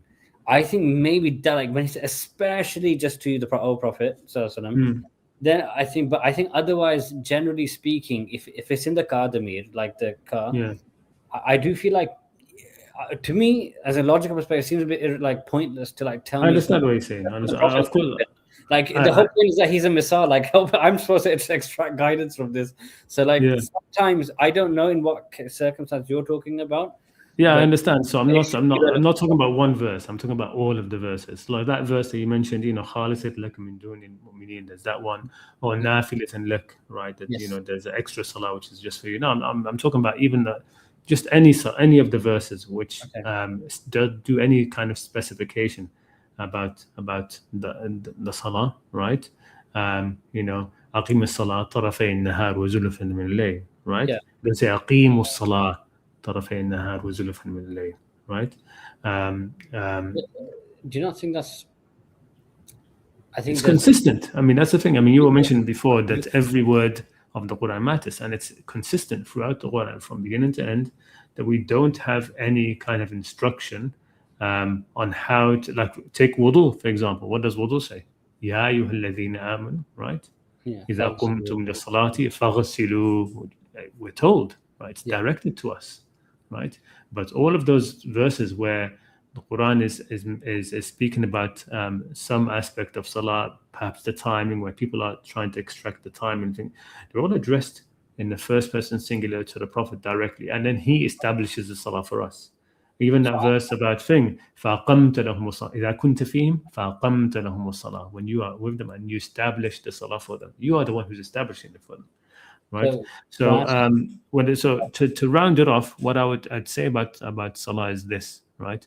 That one way of salah where everybody needs to do it, I think that's deliberately left out. That when it does have to be that way, even when the Prophet is told that when we're told لَقَدْ كَانَ لَكُمْ فِي رَسُولِ اللَّهِ أُسْوَةٌ حَسَنَةٌ, you have in him uswa hasana. It doesn't say that, translation would usually say the best example, but it doesn't say that, right? It doesn't say ahsan uswa. It's just a beautiful example, right?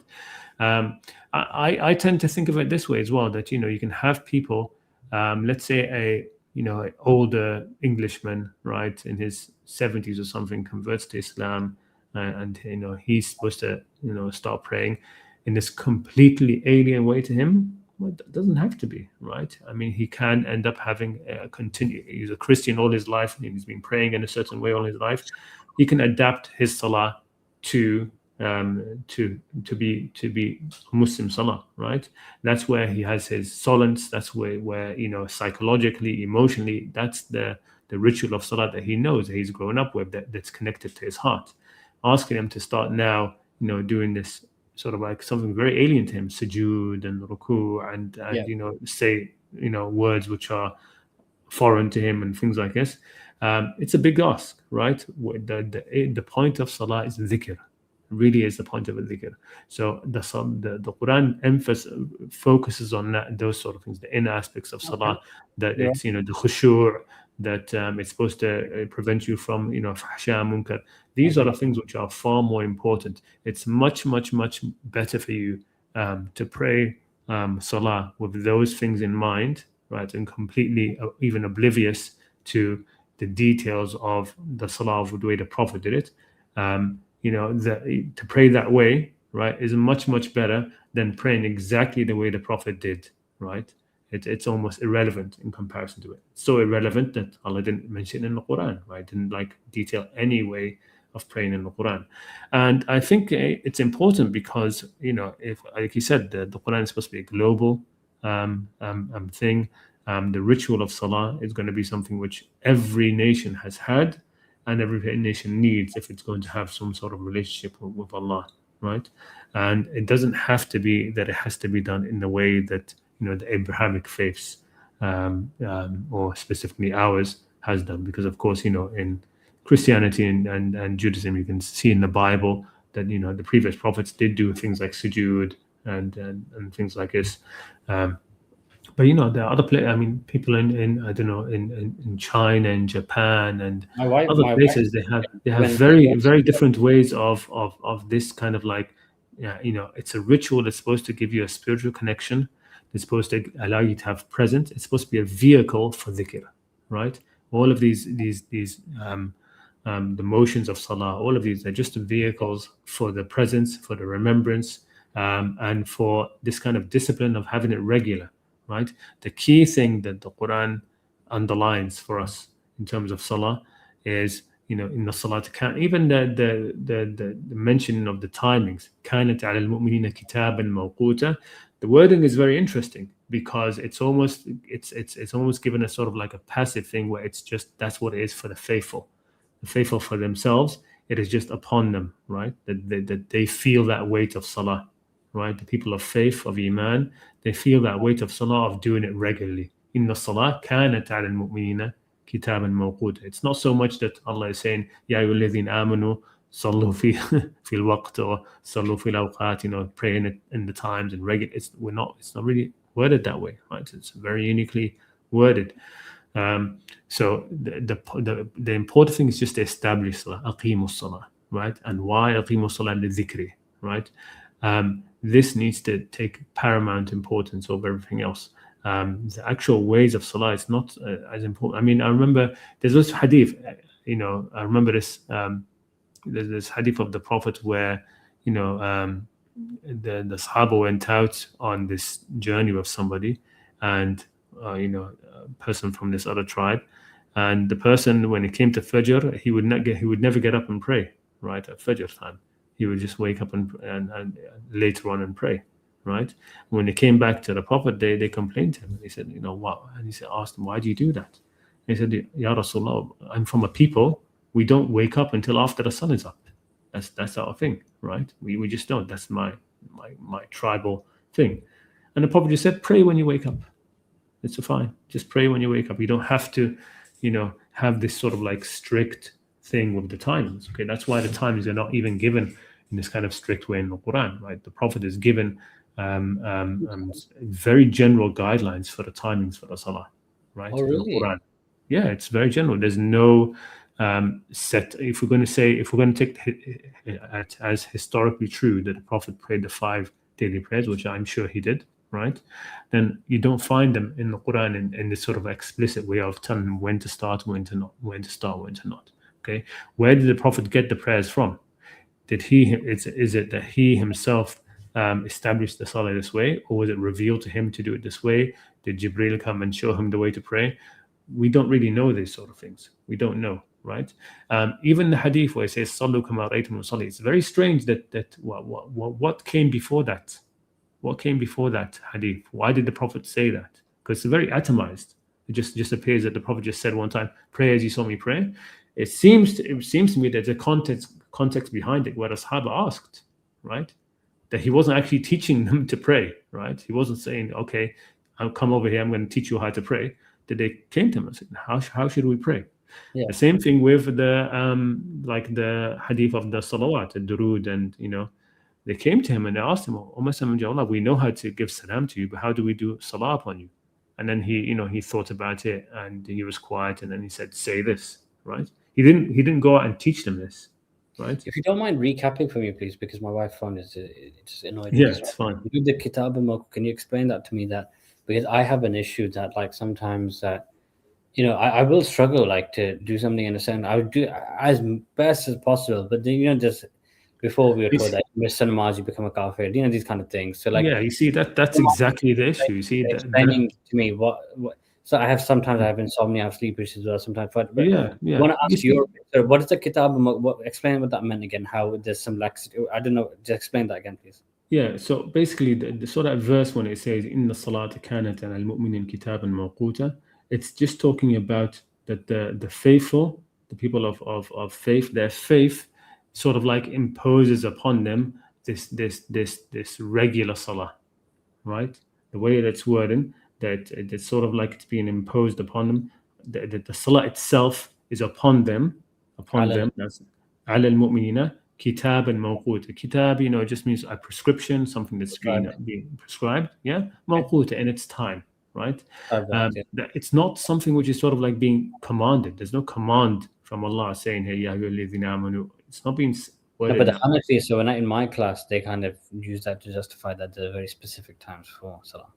Yeah, I mean it's saying. I'm not trying to. I know. It's fine, bro. The verse isn't saying that, right? It's not saying specific times in that sort of way. It's saying in timely, prescribed.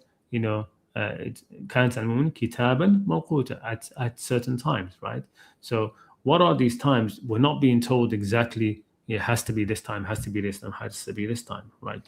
Right now, for example, there are people who are well, let's say, for example, take the example of the midnight sun, Norway, or people in southern latitudes.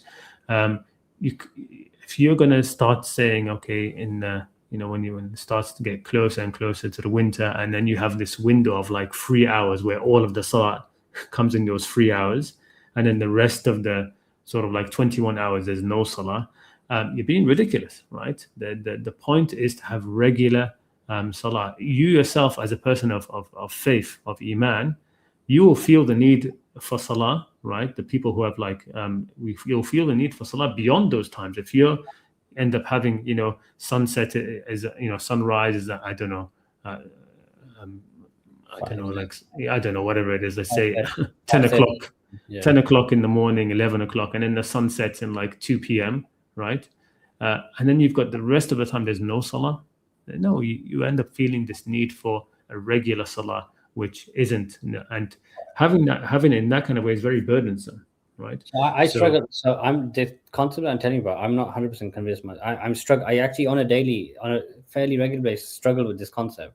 So in Hanafi, I was told that verse implied that there are specific times you have to do namaz at that time, a specific minute when Maghrib started and finished at X time, and if you miss that time, you're screwed. And I've done this where I've been on a journey, very awkward situation, stopped, prayed.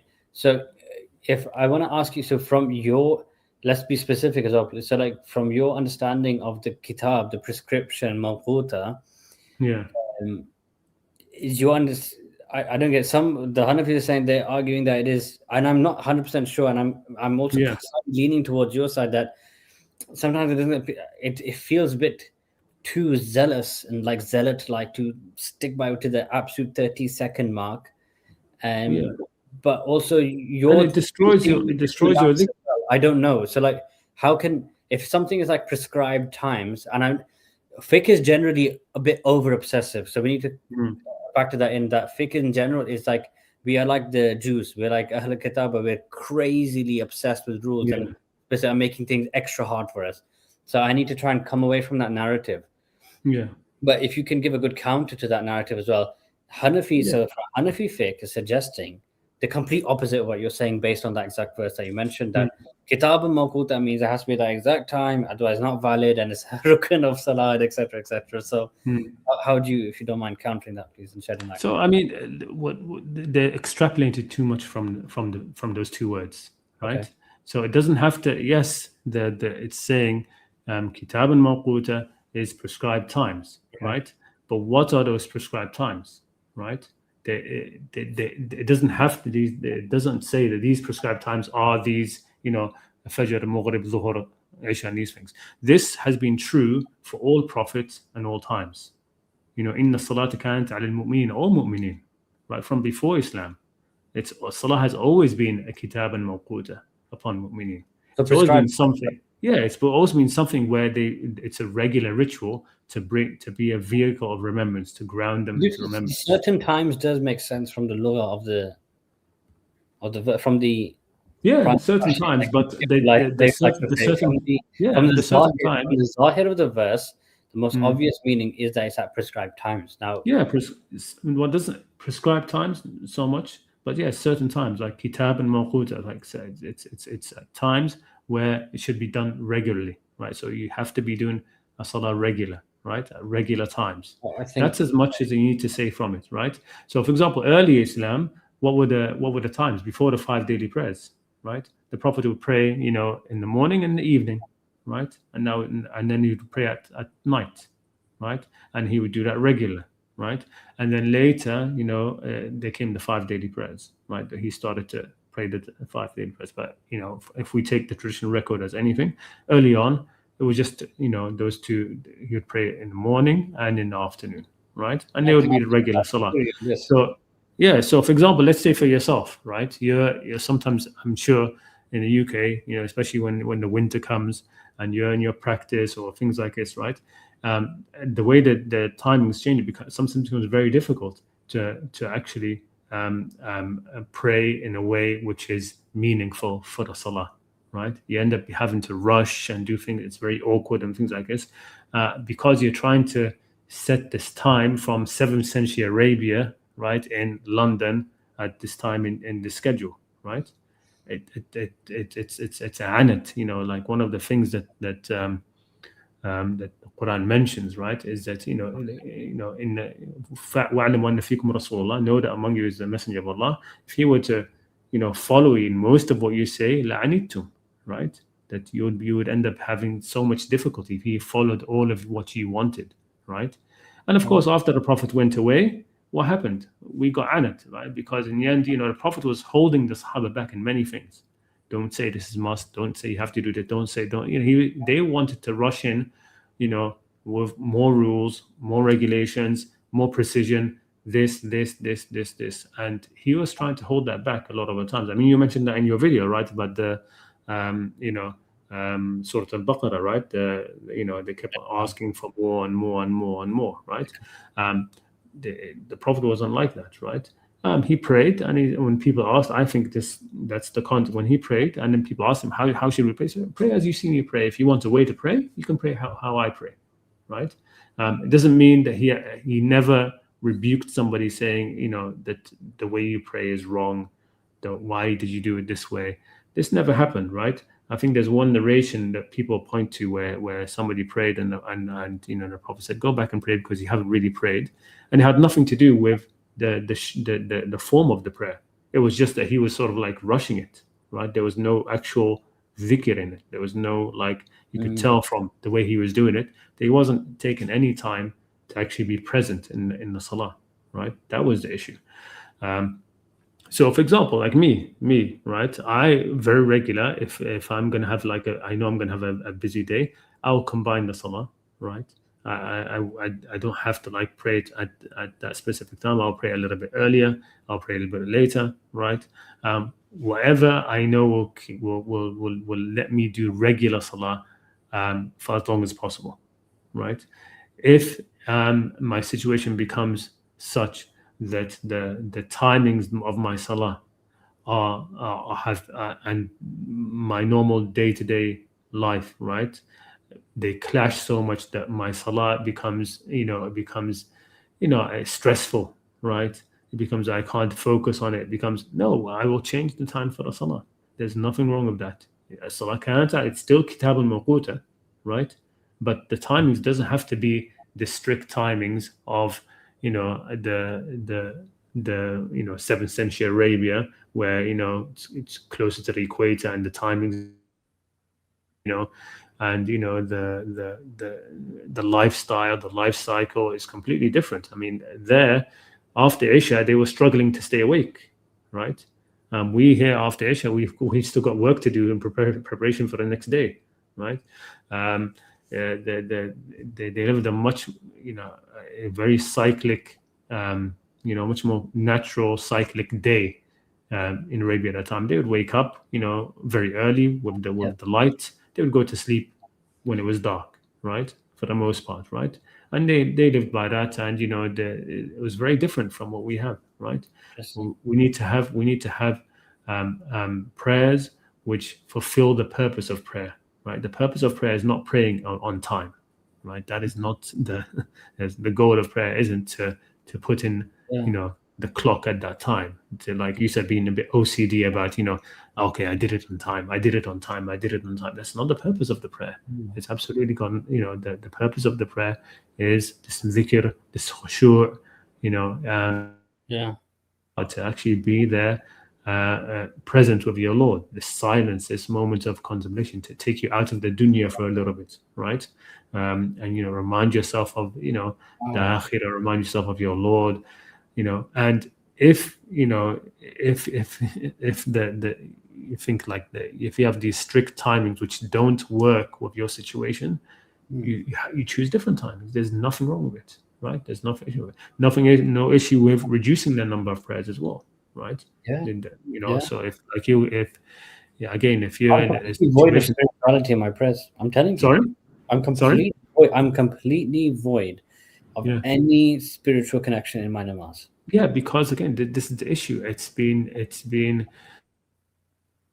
It's been, again, the issue, becoming too OCD of, I'm doing it the right way, exactly. My hand's in the right place. My, this is in the right place. I'm saying the right things, the right time, the right things. There's a balance that's what it between becomes. the the law. I would say there's a balance. There is a slight balance. I would disagree on one thing that I do feel like, okay, I've actually learned a lot about what you just, and to be honest, that's going to really genuinely like drastically change the approach of how I change the approach of my life. So thank you for that. But I would say I have my own theory on my own kind of 2 cents on namaz, because it's okay that I had this problem and then I had to find a solution and like think about it. Yeah. So I looked at the Shia thing and they had like 3 namazes. I was like, there's also certain hadiths that you can combine Zohar and Asr even without any khawf of rain and all this kind of, there was no khawf, right? I was like, okay, then that means there's 3. Then there's confusion happen. Is there 5? Is there 3? Quite a basic issue again that I kind of ran into. And I think there's this, I don't know his name, so I'm just going to say it's a black scholar on debate in our channel. I think he mentioned the Taraf al-Layn somehow I think basically you could see from the Quran as 5. Interestingly, some place 2, some place 3, but I generally think a beauty in that I do also feel is that possibly, I'm not sure, but like it kind of started off as 2, then it became 3, then it became 5. Like how slowly, according to human nature, Allah gradually, as your iman gets stronger, he introduces these things. So potentially has that bit. Second, so I do feel that there are 5 times, and that we know the timings through the lived tradition when the muazzin goes there and all the kind of, generally, again, like I say, I rely on the Salafi type methodology where they look at all the hadiths and come up, and I kind of follow the master lived tradition of when namaz is. And then I would say that I'm the same. Like I said, I pray the 5 prayers myself, right? I pray the 5 prayers. But you had an interesting point. I'm going to come on to it. I'm going to agree with later on. My slight disagreement with you is that I do feel the form of, yes, while we shouldn't be obsessed about things like this, there's a slight balance because Quran-centric people can be criticized for being way too hippie. And I feel like there's the kitab and then there's the hikmah. And the Prophet can teach both. So there's the letter of the law, spirit of the law. And I feel like the answer lies somewhere in between, where the Prophet kind of harmonized these two. So the Christians focused way too much on the spirit, became way too hippie. Jews focused way too much on the letter of the law, and there was no happy medium. So I feel like I do think sometimes form, even not just from like what's a right and wrong issue, even from a discipline, a unity perspective, I think it is good to try your best to arrive at what the prophetic prayer is. I actually want to ask a question because we missed that point. Is that my teacher mentioned, I asked him, why are there so many different methods? Why is there so many different ways to pray? Okay, young people are genuinely disturbed by this, and they actually do leave Islam because of this. So it's not. I don't feel like this is an issue to be glossed over particularly as well. So, do you feel that the Prophet would reveal different ways to pray? There's like some people by their hands, by this, by that, So, what do you think? Did the Prophet pray in different ways? Yeah. So, what is that? Is that the result of? Okay, you believe he prayed in one kind of way? I believe he mostly prayed. I mean, he could have like sometimes prayed. These minor things like where you put your hands and stuff. Sometimes going down hands first or knees first. I mean, I think that these are just quibbling over nonsensical. But what did he do? I'm not saying about what people quibble over, but I'm saying what did he actually do? Like, what, to the best of your knowledge, what do you think the Prophet actually did?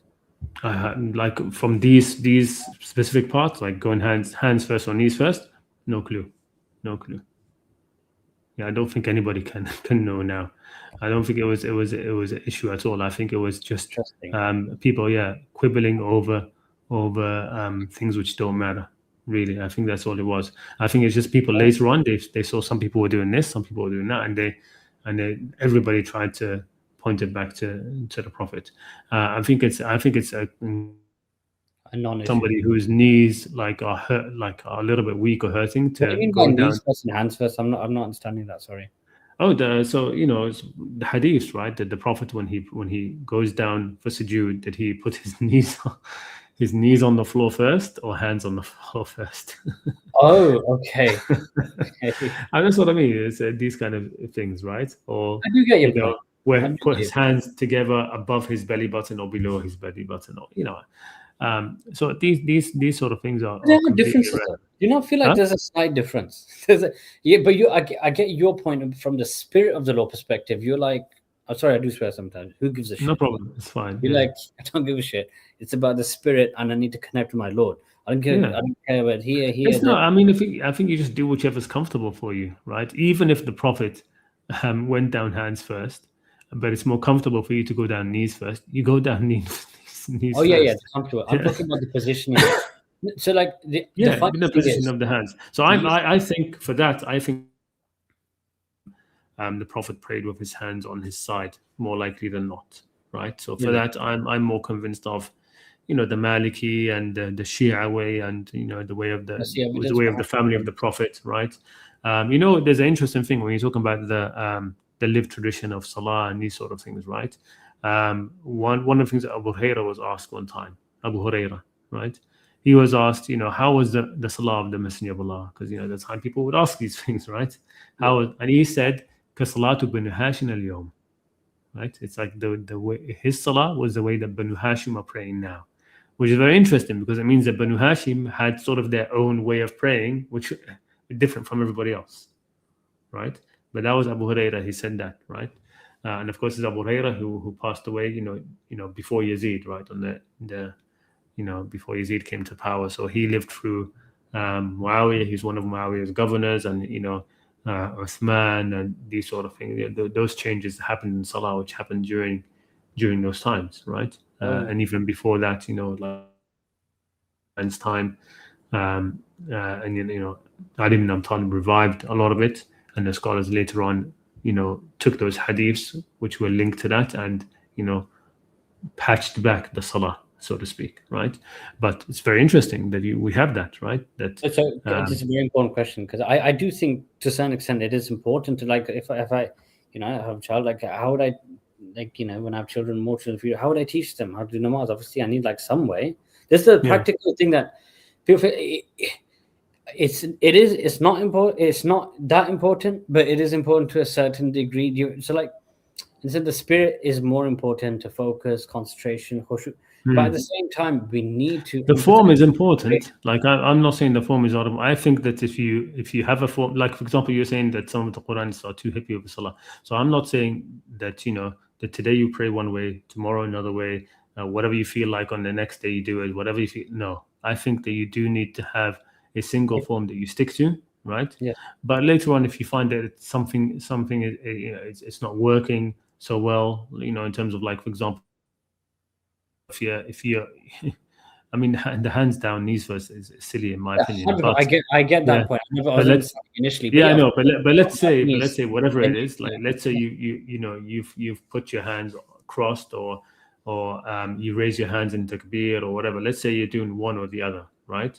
And you're doing that way regular, and then later on you decide it's my joints hurt or something, so I'm going to change that part, right? That's fine. But I think yes, you do need, because it is part of the establishment of Salah is to have one way of doing the Salah and to stick to it, right? So what is the one way of doing Salah? Like but that's what I'm saying. That I don't believe that there has to be. It has to be one way, right?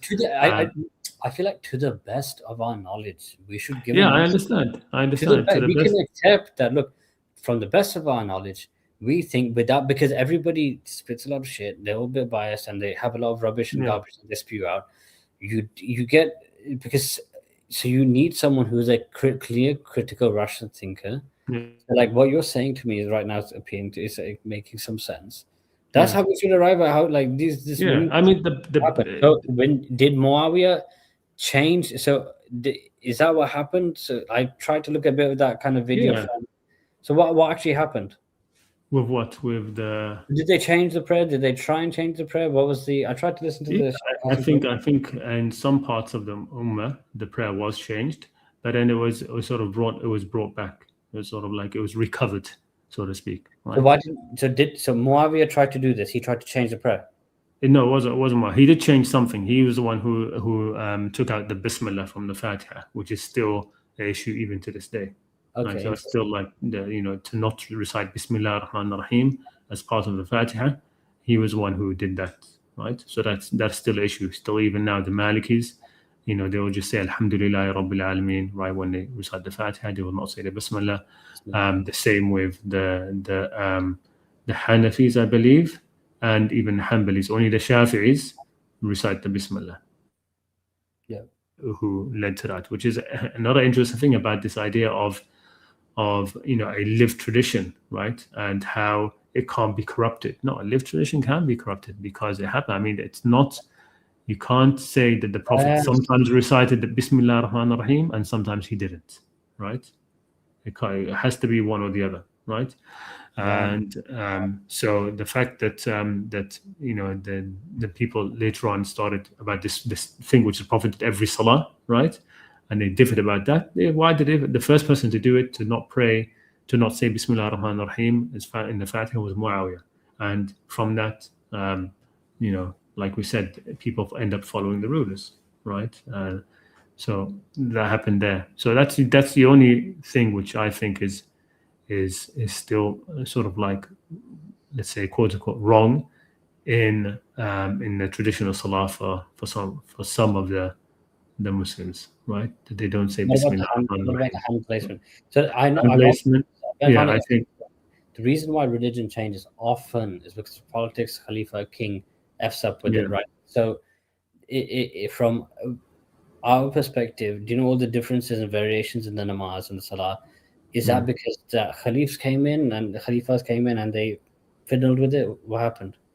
No, I think a lot of it, it is because of that. But also, I think a lot of it is just that people didn't take. I don't think that the Prophet ingrained it as being something that serious where you had to follow in these things that. Well, maybe he did, but it just got changed naturally over time because people. It could do, but I don't see it as being an issue. Not ingrained, but I feel like he prayed one way. Everybody saw him. He prayed that way in Medina. But let me give you an example. Let me give you an example. Let's say, okay, the Prophet did pray with his hands folded and above the belly button, right? That's how he prayed, and he told people, pray as you see me pray, and everybody did that, right? And then, he turns around, he walks through the mosque one day and sees somebody praying with his hands lower than how he does it. Absolutely not. I mean, that would just be a completely, it would counter the whole premise for salah. Imagine if you're praying, right? And you're probably trying to pray, with focus, and then the Prophet comes along and tells you, hey, your hand lower, right? That's not how I do it, right? Okay. Now, future, every salah you do is going to be this OCD thing. Am I doing it? Is my hand in the right place exactly? Are my feet, wide apart in the right way? Is this there? Is this there? So I think that there's a certain. You ask what we know about the salah. What we know about the salah, I think what all the madahib are agreed upon is what 100% known. I think the other things where there's differences, there's these small little differences, I think they didn't matter at all. That the Prophet did it, they probably arrived while the Prophet was alive, right? The people did them, and he saw no issue with it, right? True. I'm not trying to be bigoted and cuss people down when I come out of the video and say you're wrong. I only care. I don't give a shit about myself. I want to know how to actually do it. So I don't care about what other people say. I actually want to know, arrive at the truth. So from what concerns me, yes, you're right that you don't want to. He wasn't that bothered about here. But at the same time, I don't want such a slippery slope that I think from a onlooker's perspective, and for a new Muslim or newly coming to the deen, he's not so confused to mitigate that from happening. I feel like they should generally be, because I think although it's not a big issue. I'm not saying it's not big, and spirituality is more important, sure. But still, for the sake of clarity and have people having some sort of bearings and marbles about what's going on, I do think someone by their side, and so I think that's a fairly big note, visual difference. That's quite a big thing to see. It's just a bit random, and people. It is a big. The reason why we're talking about it is people bicker about it, so it's important. The only is because unfortunately people are giving this a lot of importance. So I feel like I know we're getting way too much time to this topic, but the only reason why it's because it's a count. Sometimes because it becomes an issue through people's illogical minds. sometimes we have to give a response to counter that, because the confusion already exists. The medical, let's say there's a medical issue, you still have to treat it now. It's a rise. I know it's a stupid thing to arise in the first place, but it's still no, there. I get you. But I would disagree on that in terms of, I think that you're feeding the beast when you try to then say, okay, let's give everybody one way of praying, and on that specific issue. I think you end up, it's like feeding an addiction, right? That you're not addressing it, you're just increasing the issue by trying to address it in that kind of way, right? By trying to give, Potentially. you're sort of like increasing. I think it's how do I pray?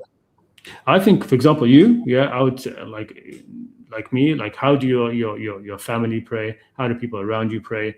That way, pray as the people around you pray, right? There's no issue. Like me, for example, if I There's variation, was in a mosque, if I go to a mosque where everybody pray with my hands on my side, if everybody's praying with their hands folded, I'll pray with my hands folded, right?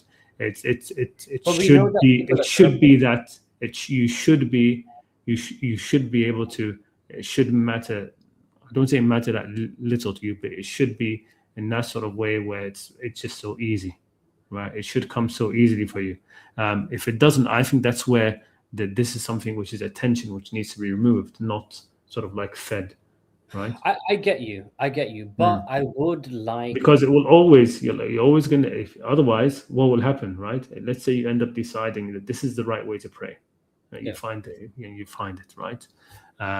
You're not going to be able to convince everybody. Every place that you go to, different places, you have people praying in a different way, a slightly different way, and it's always just going to bother you, right? Even if it wouldn't bother me. No. So like, no, I disagree with that. No. So I do feel like I one day want to have like a Quran-centric mosque and stuff as well. But no, my thing is for myself.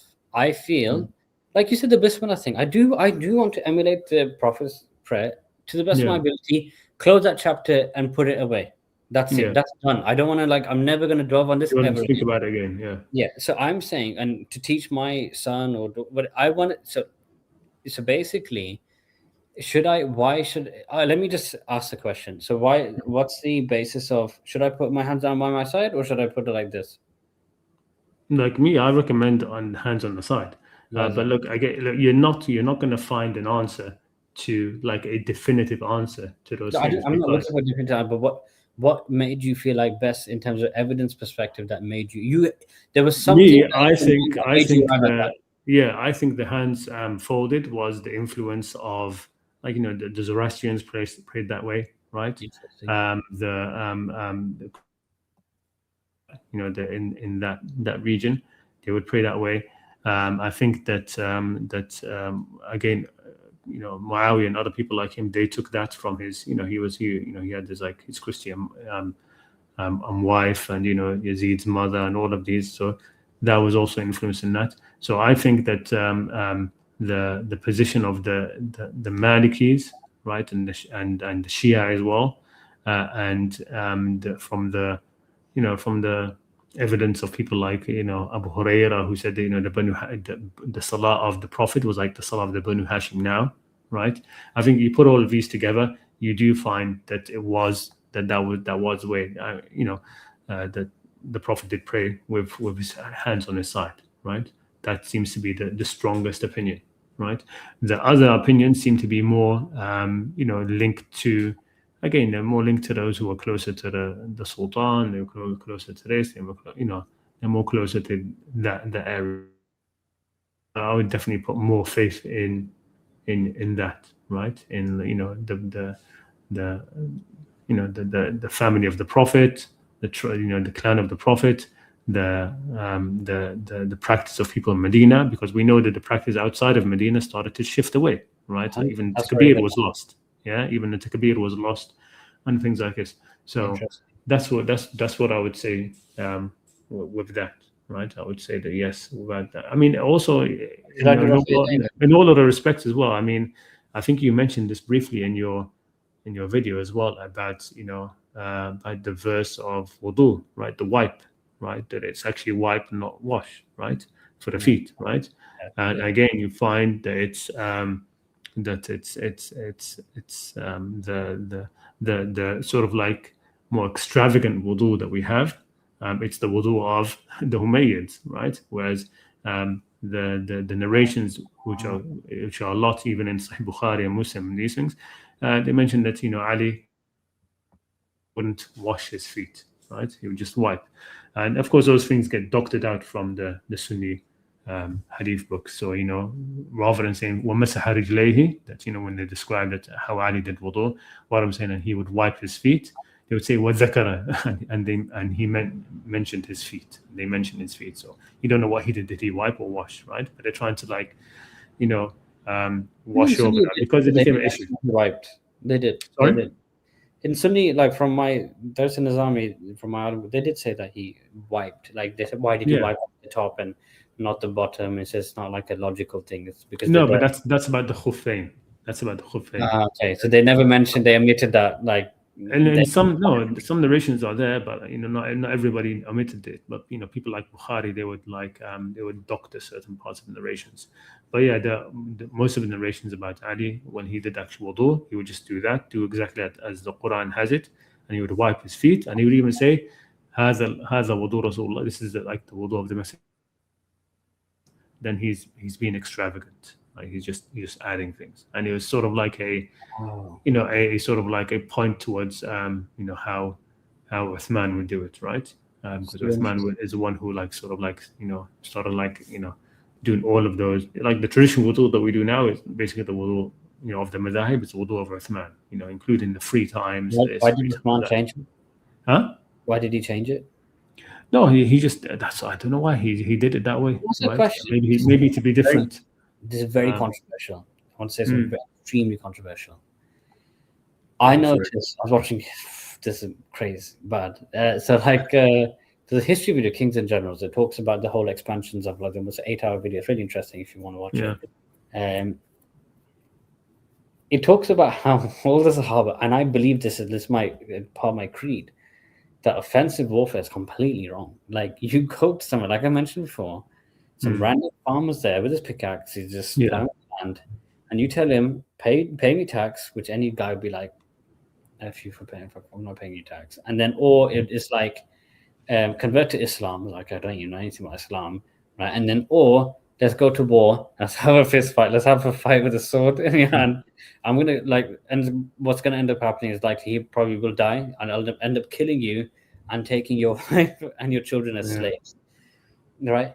So like I find that so barbaric, and like ikraha fi din, like it completely goes against the fundamentals of the Quran. Says there's no compulsory religion. So how can you just rock up to someone's land and say convert to Islam? There's 3 conditions. Like that makes no sense. And it's just like I said, if you kill one person, like Allah said, if you kill one person, so if you kill the whole humanity, I believe, and like also it goes against all the everything I know about the Prophet ﷺ, how Prophet Muhammad, like he spent 23 years trying to give dawah, and then war got only at the end, and that was also bloodless as well, but only this the whole thing. And I'm not a pacifist. I believe there is a rightful place for war as well. I'm not speaking from that kind of preconceived notion, but Sahaba and even the history video, they're talking about how the companions would plan expanding and expanding and expanding.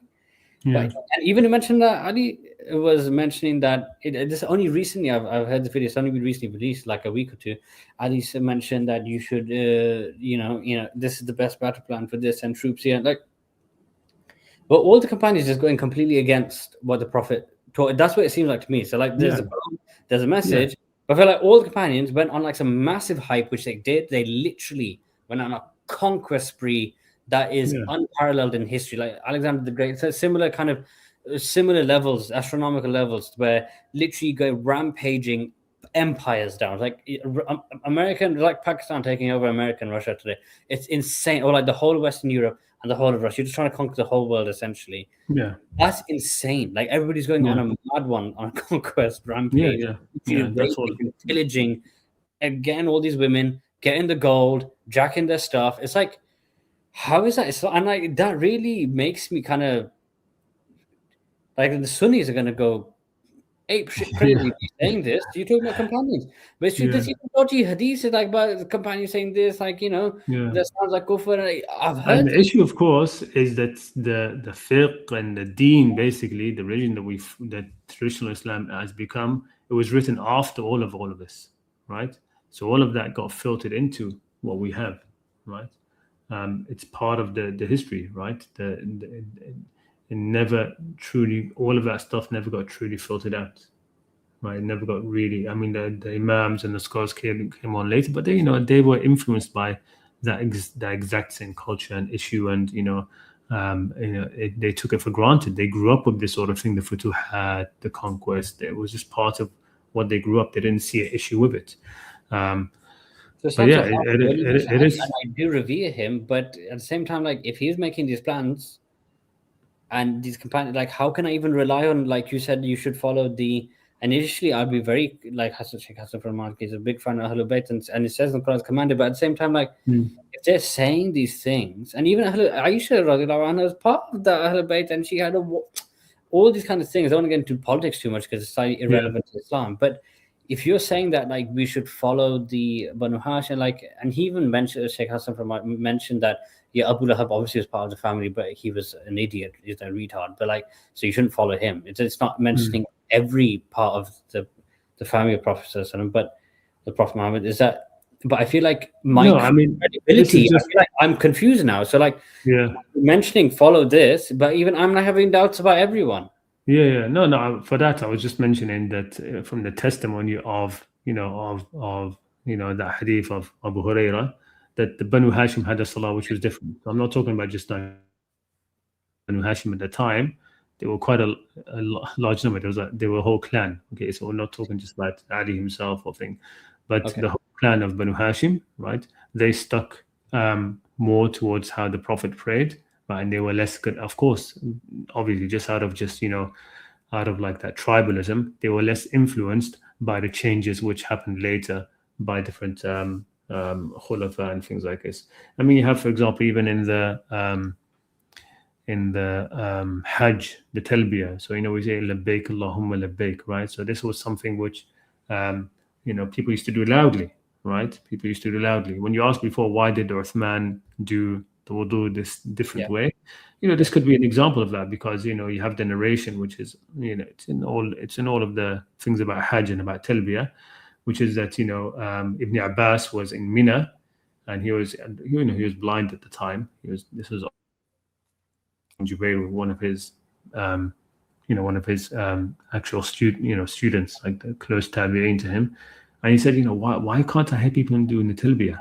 Why is nobody doing labbaik Allahumma labbaik? Why is nobody saying that? And Sa'id says, well, they're afraid. They're afraid of Muawiyah, right? And so Ibn Abbas gets angry. He goes out and he starts raising his voice over Talbiyah, saying labbaik Allahumma labbaik loudly. And he said, may God curse Muawiyah. They have left the Sunnah out of hatred of Ali, right? Because again, this is the idea that there was this sort of like almost a coup and a sort of like trying to establish a parallel venerated thing, right? When it came to like Muawiyah and Banu Umayyah, they wanted to distance the influence of Banu Hashim, and it was just the old rivalry, right? So they wanted to distance Banu Hashim and sort of like make sort of people follow them more, right? So you had this issue, right? That was an issue also of the Bismillah, I think. The issue also when it comes to the wudu, there was an issue also of the talbiyah, and a lot of these things got reclaimed back, of course. Like I said, the takbir, okay, that got reclaimed back, right? So a lot of things were fixed by the scholars later, but not everything, okay? How do you, like with the prayer, so do you follow the Maliki style of prayer? Generally, yeah. I mean, how should I learn? It's not different, to be honest, than any other one. I don't think. Is there Rafi Yadayn in there? Yeah, for the first takbir, yeah, I do that, and then after that, no, right? But there's no Rafi Yadayn afterwards. Yeah, once. When? Yeah, once. Just at the start. Yeah, at the start. That's it, bus. Yeah, that's it. That's. I guess that's one of the things which is in the Maliki madhab, which stuck with me, right? So once, and then I pray the rest. So is the Shia way any different way to pray from the Maliki?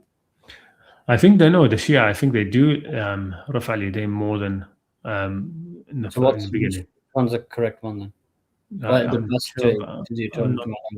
sure about that, because I think that I'm not sure about. I mean, again, I never really looked into that one, right? Where like the lifting up of the hands, it never really bothered me, right? There were times when there have been spells where I did do the Raf' al-Yadayn throughout, like sort of like the Shafi'is. But then I think what it was, then I went back to like praying in a different mosque, and then I just prayed how everybody else was praying there as well. So it wasn't, again, for me, it never became an issue. I'm going to put you in a hypothetical scenario. Is it Khalid, right? Yes. Okay, so Khalid, if you were to, I can't know your second name, right? Because it's all anonymous, right? It's fine, yeah. Can you, let me just, because there's somebody who's been waiting patiently, let me bring him on. They wanted to ask a few questions. Keep that, actually, his name is called Few Questions. So let's bring on whoever this is. Assalamu alaikum. Sorry for the delay. Hello, can you hear me? Yes, I can hear you. Yeah, I just had like 3 questions regarding du'as and miracles, and I just wanted to like hear your opinions on the subject. Yes. So let's say you graduate from university, right? And you're looking for a job, and you ask God, right? Like, oh God, please, like, give me this job. I need the money. I have like student loans and this and that, right? And then you go for like a job interview, right? And then you use all of your knowledge and all the tricks in the book to like try to like impress the viewer with your knowledge and skills, right? Then after a few days, you receive the callback and you've gotten the job, right? So my question is this: how much of you getting the job is your own effort versus the God just answering your dua or your prayer? Like, can you really take credit for your skills if the God answered your dua and you got the job? Yeah, I understand.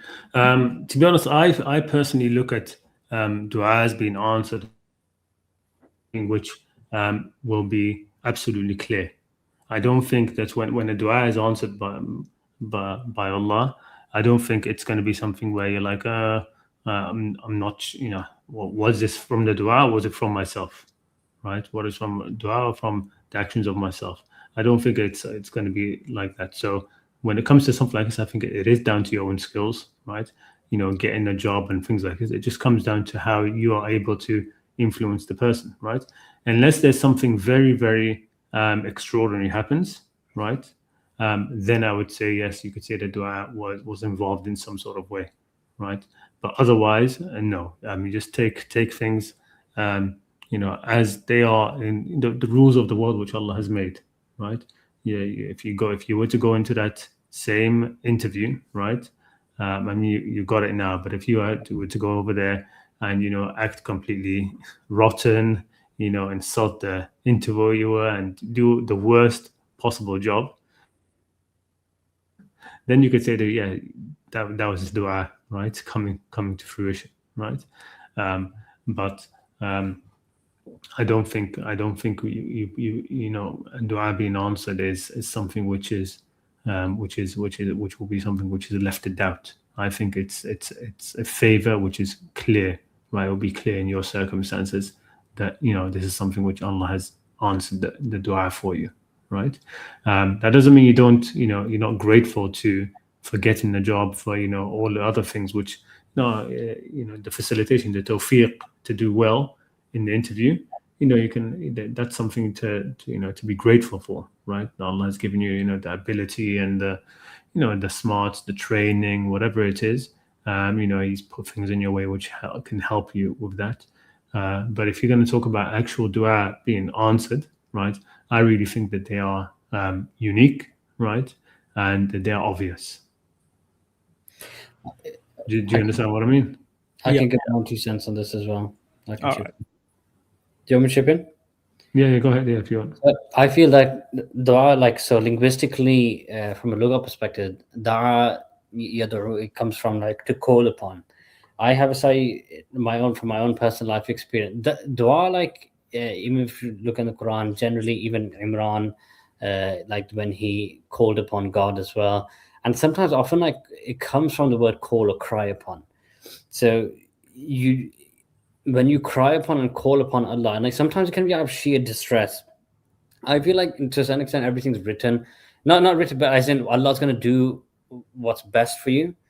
So like I generally don't necessarily ask specifically for things, because things in my life have absolutely come out completely. I never even want to do like the job that I'm doing, but then it's best for me. Even the person I married, whatever, it's like you have zero idea of what you want for you. And if you're like a true believer, you believe in the wisdom of God that He will do what's best for you. So I generally don't necessarily ask specifically for something.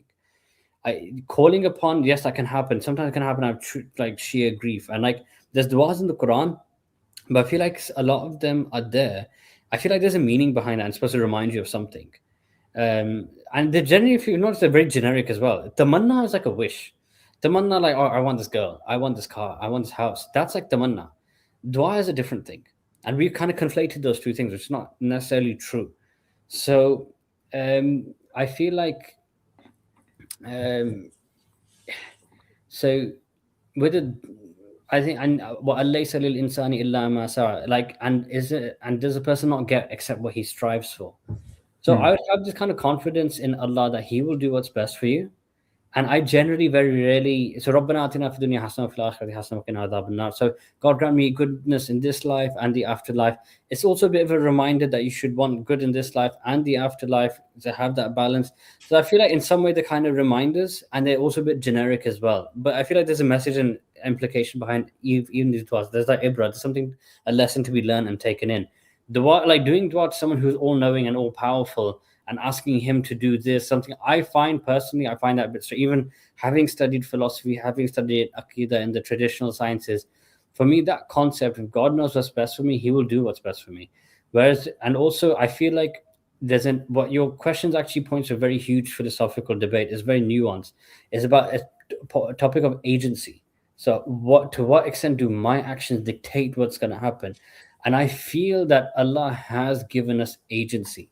So Allah, like, let's say you watch a film from start to end, just because you know what's going to happen, it's like, it doesn't mean that the actions, that's how, like, I don't want to do like kind of disrespect God, but it's, imagine like someone's, like, God's watching this picture film and it's gone from start to end. Just because He knows what's going to happen, it doesn't mean that your actions won't change while you're doing the display. God's all knowing, but you carrying on the actions is still going to have an effect. And I feel life has been very harsh to me as well. And I've noticed, out of true competence, true merit, generally speaking, I've got what I deserved. Like, I've had to demonstrate something. I really, really had to show extremely high levels of competence to get somewhere in life. And this slight issue that other people in Islam that follow other things, they have an issue where they kind of don't rely too much on their own instincts, and it's all from Allah. Rizq is from Allah. Whatever's written, it creates this kind of apathy where they become less hardworking. They kind of, even poor choices, they rationalize as that, it's Allah's. Rizq is in Allah's hands, wealth is written in Allah's hands. I've noticed this, and they don't actually, some are not even as ambitious because of that. They say the rizq is written. So there's a slight fallacy that people can run into when everything's preordained, when everything's predestined. Who gives a crap what I do? I've noticed that from real life experience. You've got to put in the work. You've got to demonstrate competence. And sometimes Allah can bless, as Khalid was saying, that He can bless it. And I generally speaking, from the Quranic verse, if I was to evidence my opinion, is that وَأَلَّيْسَ لِلْإِنسَانِ إِلَّا مَا سَعَى. And it's not for the person except what they strived for. And you notice there's a constant theme throughout the Quran. There's this idea of jaza, the compensation. You do good deeds, you go to heaven. You do bad deeds, you go to hell. Like, there's a direct correlation. In other beliefs, in my old beliefs I used to adopt, is that it's even to get into heaven. I'm not sure you've heard this, but only through the mercy of Allah and stuff like this. That again creates kind of despondency in people, that however hard you try, is never enough. It's rubbish. It causes a huge philosophical dilemma that I think there's a deeper undertones to this. So the truth is that no, your actions do lead you into heaven. If you do bad things, you go. And like, if you just say, if you say La ilaha illallah at the end of your deathbed, and you just go to heaven automatically, or if you're a Sahaba, you saw the Prophet, peace be upon him, once, and you go to heaven, I think these kind of things are issues. So I think definitely. rely on your own ability and just thank God afterwards, of course. Yep, that makes sense. My second question would be that, let's say in this scenario, right, you have two guys preparing for an exam, like for university, right? And one guy tries his hardest and like he studies for a month straight. Like another guy knows that he's not really good at the subject, so he only like really tries for like a week, and then he does dua to God to pass the exam. And then both of them pass the exam. So isn't it unfair for the first person that the second person just got by with a dua and passed the exam, which he would have not passed if he didn't do the dua for? Yeah, see that's I don't really believe. I mean, when you say that person passed the exam because of the dua, I don't believe he would have. He passed it because of the dua. I think he just passed. He got lucky, right? The questions that he knew came up. If you say passed because of the dua, you have to it has to be actually really it was because of the dua. Like he saw the night before, right? That sort of thing, right?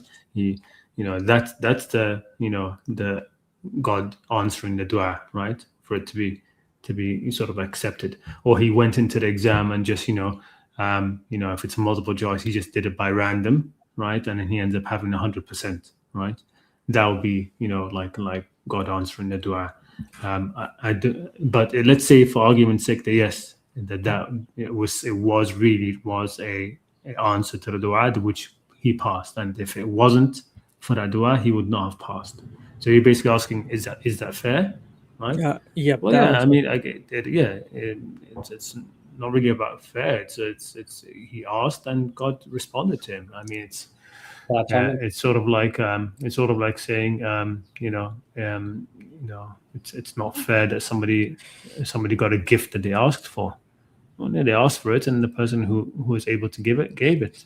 So it's not. I don't think it's issue of being fair. I mean, the other could have been in that position as well, I suppose, made the dua to pass without doing any of the study.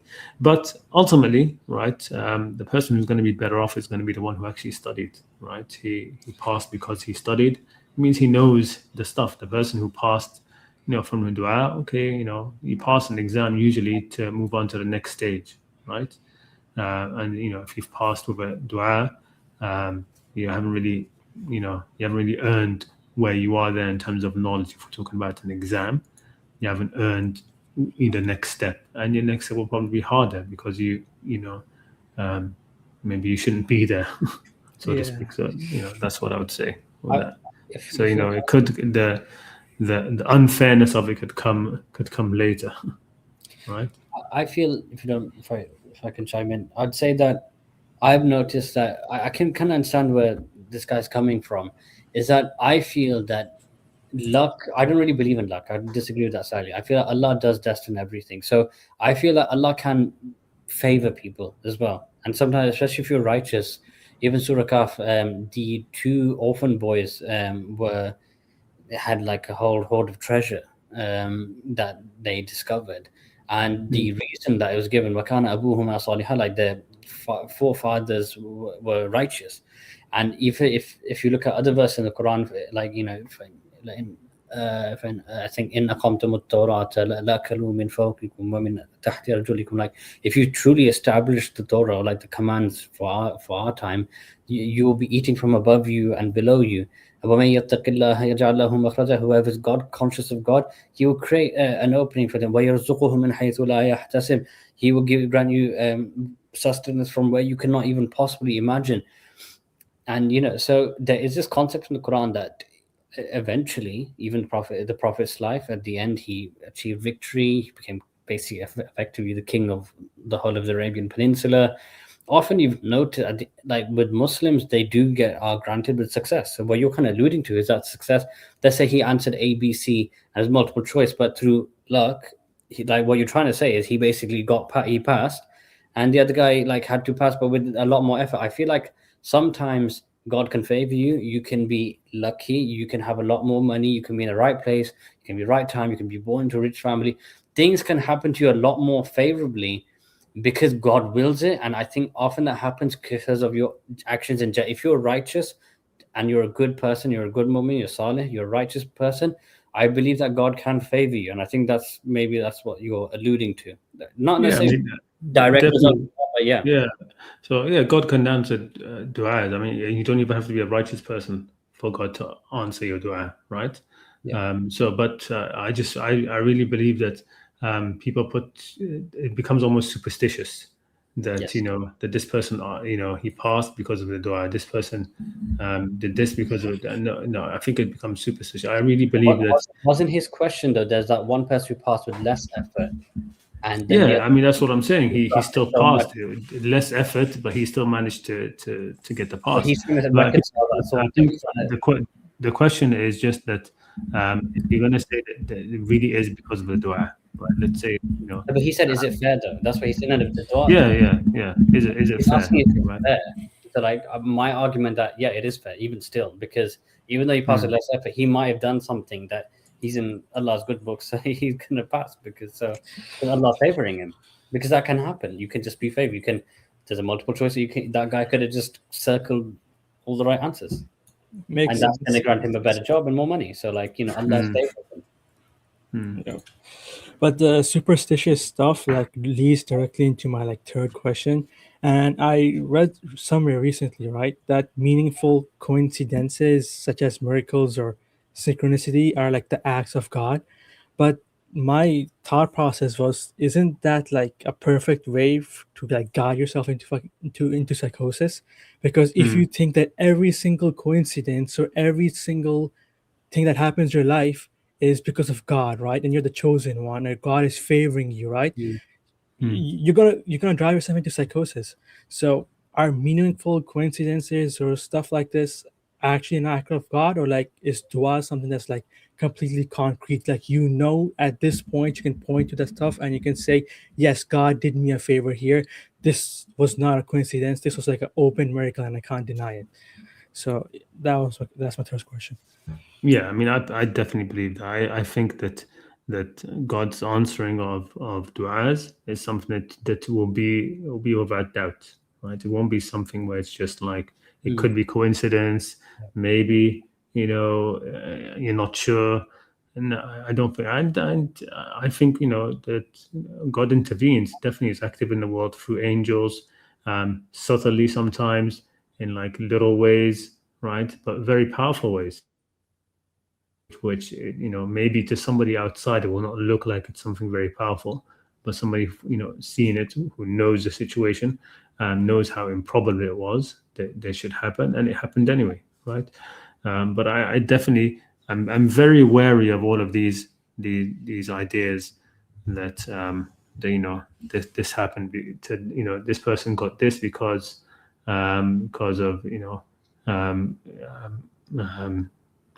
that it was sort of it was just it was providence or things like this. I'm very wary of that. I think that when God intervenes, He really intervenes. That it's not something which is something which is hidden. And aside from that, it's just us with each other, right? It's just our decisions leading to coincidence that happen, right?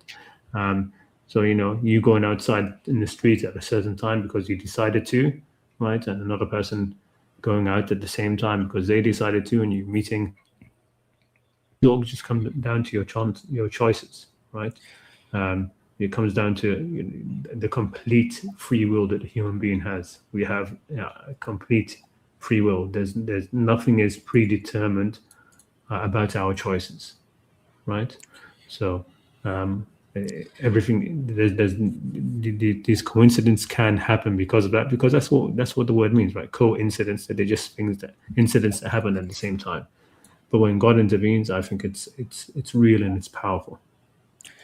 I have a slightly different view to that. I do believe that I think again from Aqidah, from having studied philosophy beforehand, all actions are created. So everything is, I believe God has created everything. So I do believe that. I don't believe in that there's any such thing as a coincidence. I believe God creates everything. As to your point about psychosis as well, I've treated psychosis on a regular basis. I think you're trying to think for the word neurotic. It's I feel like you can, there's what Khalid's alluding to, there's a tendency to over like constantly look be too much schizophrenic and try to look for things that are not there. Yeah, like overlooking into things that they're not there. And I think there's a happy medium, there's a balance. I think there's certain things that are like coincident, but it's kind of obvious, like explicit. And like I would try and extract signs and wisdoms behind that. And generally my rule of thumb would be that everything happens from Allah anyway. Nothing happens unintentionally by mistake. But I think that's balanced by the approach that if you look too deeply into things, sometimes that can lead you astray as well. So like I think there's a happy medium that yes, every action event is created by God, and generally speaking, there's always a sign, there's a ibrah, a lesson for you to learn. But overly looking, I think you just got to use your intuition, and I guess you got to slightly rely on what Khalid's saying, that I think the best rule of thumb is like it should be explicit. Like if it's explicit, I would generally infer that as a compliment. Yeah, those are some good answers. I'm gonna think more about this. Anyways, that's all for me. Thanks for like answering my questions. No problem, anytime. What's your name, my friend? My name is Tahir. Tahir. Okay, nice to nice. Is this the first time you've come on, right? Yep. Yeah. Okay. Inshallah, maybe another time again. We'll see you. Yep. All right. Jazakallah khair. Jazakallah khair. Assalamu alaikum. All right. Okay, we're gonna have to close it up soon anyway. Yeah, that's interesting. So you believe in qadr, in like the. So I've heard this as an issue, Quran. I've briefly read. I think I think from it because we study so much philosophy and Aqidah, that's Nizami. I think there's a certain unanimous things that are like. I think I would say just obvious and logical. I think with that thing that what my Ustad told me ages ago, it does come into mind and makes sense to me. It's like somebody watching a film, like, like those back in the old days, the black and white films, the tape from start to finish. The guy, you already know what's going to happen, right? But say your actions still dictate, like, as in just because he knows what's going to happen, it doesn't mean that your agency is being taken away. You still have agency. Yeah. That's the common, yeah. It's a common. You wrap your head around that. Once you've sorted that in your mind, that's it. I don't. Yeah. No, I understand that. It's a common conflation of foreknowledge and predestination. Yeah, but no, I'm not talking about conflating them. I'm talking about actual predestination. Guide things and put things for sure. As in like, I think as in for example, the day that you're going to die. Do you think that's set? Allah already knows about it, so it's going to happen at X time. No, but see now you're conflating, aren't you, the knowledge with the fact that that it's preordained. Yeah, I don't think it's preordained, but God knows what's going to happen. He knows when it's going to happen. Yeah, but he did not write down. Yeah, I agree. I have decided that you'll die on this day. Yeah, but I've decided that this will happen on this day, and I decided this will happen on this. So that's what I mean. So when it comes to the issue of the qadr, I mean, it is one of the issues because, of course, where does it come from? It comes from the hadith of Jibreel, right? Hadith of Jibreel, right? That's the main thing, which where we have this what's called the sixth pillar. The iman bil qadr khayrihi wa sharrihi min Allah. The iman of the qadr, that the good and the bad of it is from Allah, and it comes from that hadith, which is actually a very problematic hadith, even though it actually combines a lot of actual good hadiths. But the main purpose of the hadith is actually to support qadr. The actual purpose, you never see. This is the problem with which we have with narrations and hadiths, is that they often cut off the beginning, very often cut off the beginning. And this hadith, it's narrated, of course, by Umar ibn al-Khattab, right? And if you in this narration, Umar ibn al-Khattab, they're in the mosque, is close to the end of the Prophet's life apparently as well. And Jibreel comes in, and the mosque is full because everybody's surprised that this person who has come from the desert, white, completely in white, black hair, no stains on him, and and he sits down and he asks the Prophet all these questions. And then, when the Prophet answers, he says, "You're right, sadaqta, you've told the truth." And we were all surprised. We were all surprised that after having asked him, the man confirmed him. And then it continues. So who else is narrating this? It only gets narrated by Umar ibn Khattab from Ibn Umar. So only Umar is narrating it. And from him, only his son Ibn Umar, none of Umar's other sons or anybody else, from only Ibn Umar. And from Ibn Umar, only the governor of Basra, who had an issue with Qadr. So that's actually the whole narration starts off. If I pull it out, I think I have it saved on my Obsidian notes. Let me just check. Hadith Jibreel.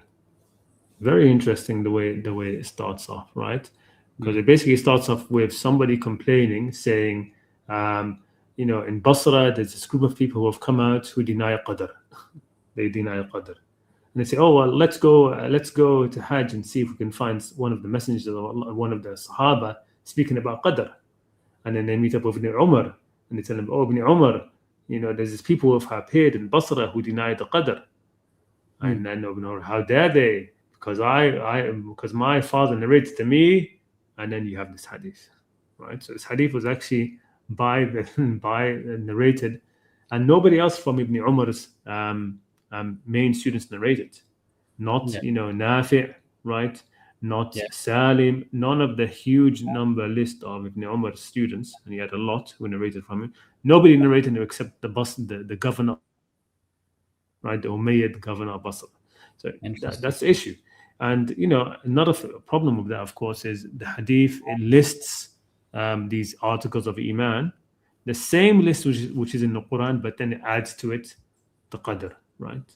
Because the Quran says, وَمَن يَكْفُرْ بِاللَّهِ وَمَلَائِكَتِهِ وَكُتُبِهِ وَرُسُلِهِ وَالْيَوْمِ الْآخِرِ, and that's it. فَقَدْ ضَلَّ ضَلَالًا مُبِينًا. There's no addition of Qadr. Right. So it is one of the issues which I definitely think needs to be relooked at.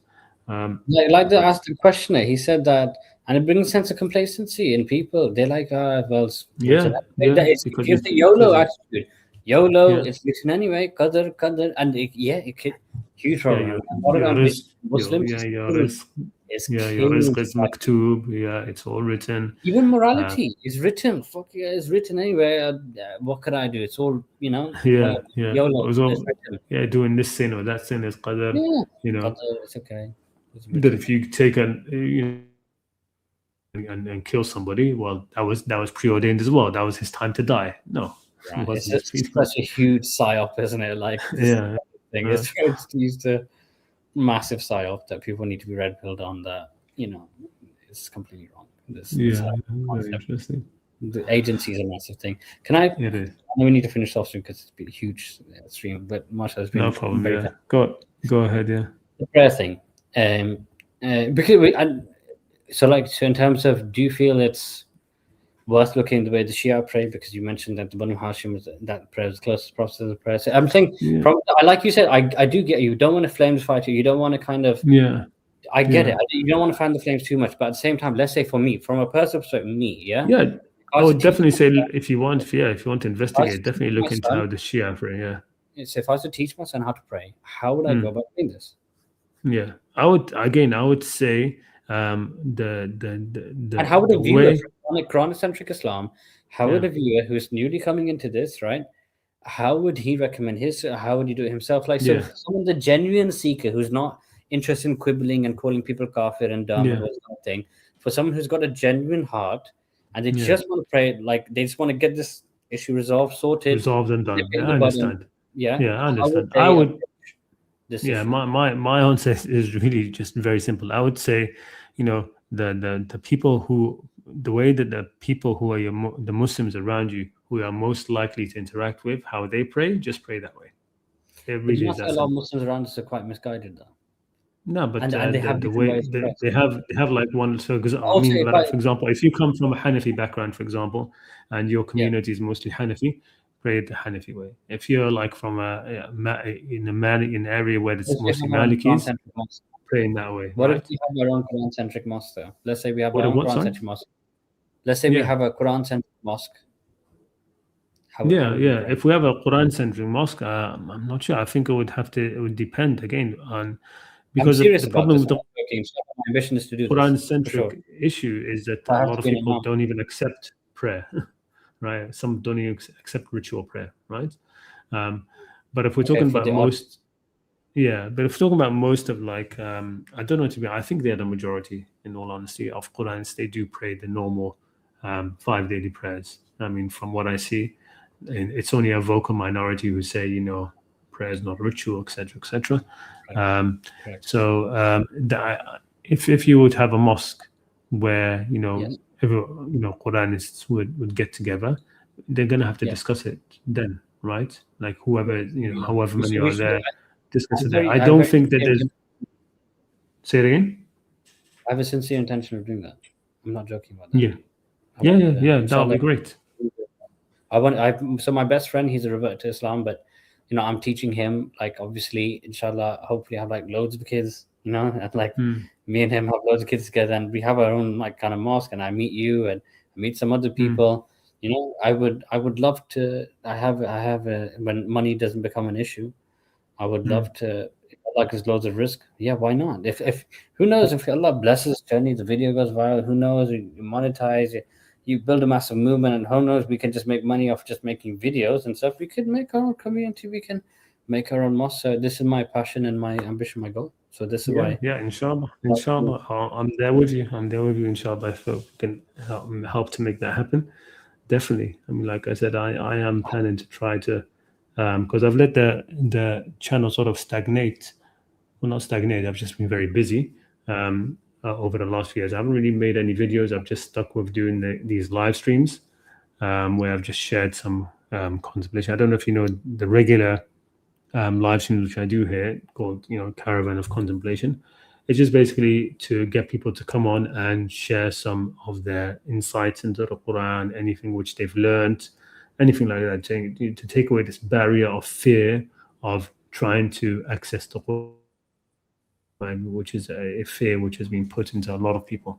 So I started it. I think it was now almost 3 years ago, in Ramadan, and for the first year I did it once a week, and then after that I started doing it once every 2 weeks, and it's got to be honest, it hasn't really achieved the goal which I wanted, in terms of I haven't had that many people come on and share their insights or their contemplation. More often than not, it's people who want to come on and ask some questions and stuff, and everybody needs some encouragement. It's hard to acknowledge the pre-existing foundation that me and you are fortunate to have. It's hard to give. It's hard, yeah. So most of the time it's usually me. I'll share a short presentation about something which I've found interesting in the Quran, or something, some contemplation that I arrived at, or some view which I thought about. It will be open mic for anybody who wants to come on. So it's the usual format. And I've been doing that for the last, I think, 3 years. And there's a few other projects which I've let sort of like I haven't been able to follow through on. Part of it is because of new baby and things like this. So it just wasn't easy to be able to start recording videos and things like this. But in a few months I am going to try to bring all that back up. I'm going to have some free time. I'm going to be out of my work for a few months, and I've decided to try in that time to dedicate some real time to the channel and see what happens. Yeah, I feel like it should have like a catalog, like a genuine resource, especially about common issues like we said, like salah and like halal. Like there's a lot of fiqh, like they prop up and they affect people's lives.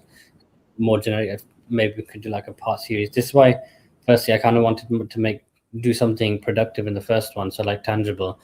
So like with salah, like in terms of going forward, like something to take away home, like how would you recommend someone, like I said, we're actively learning. So like, how would you recommend someone like me goes about to kind of finding out about the prayer? And like, so when I have this Quran-centric mosque, what would you recommend? How do you pray? How do you pray now, by the way? What's your Salafi way? So the Sheikh Asim, the Salafi way. Do you know how Sheikh Asim al-Hakim, If you look at his video, he gives citations for each one, and so I thought that was an evidence-based way. So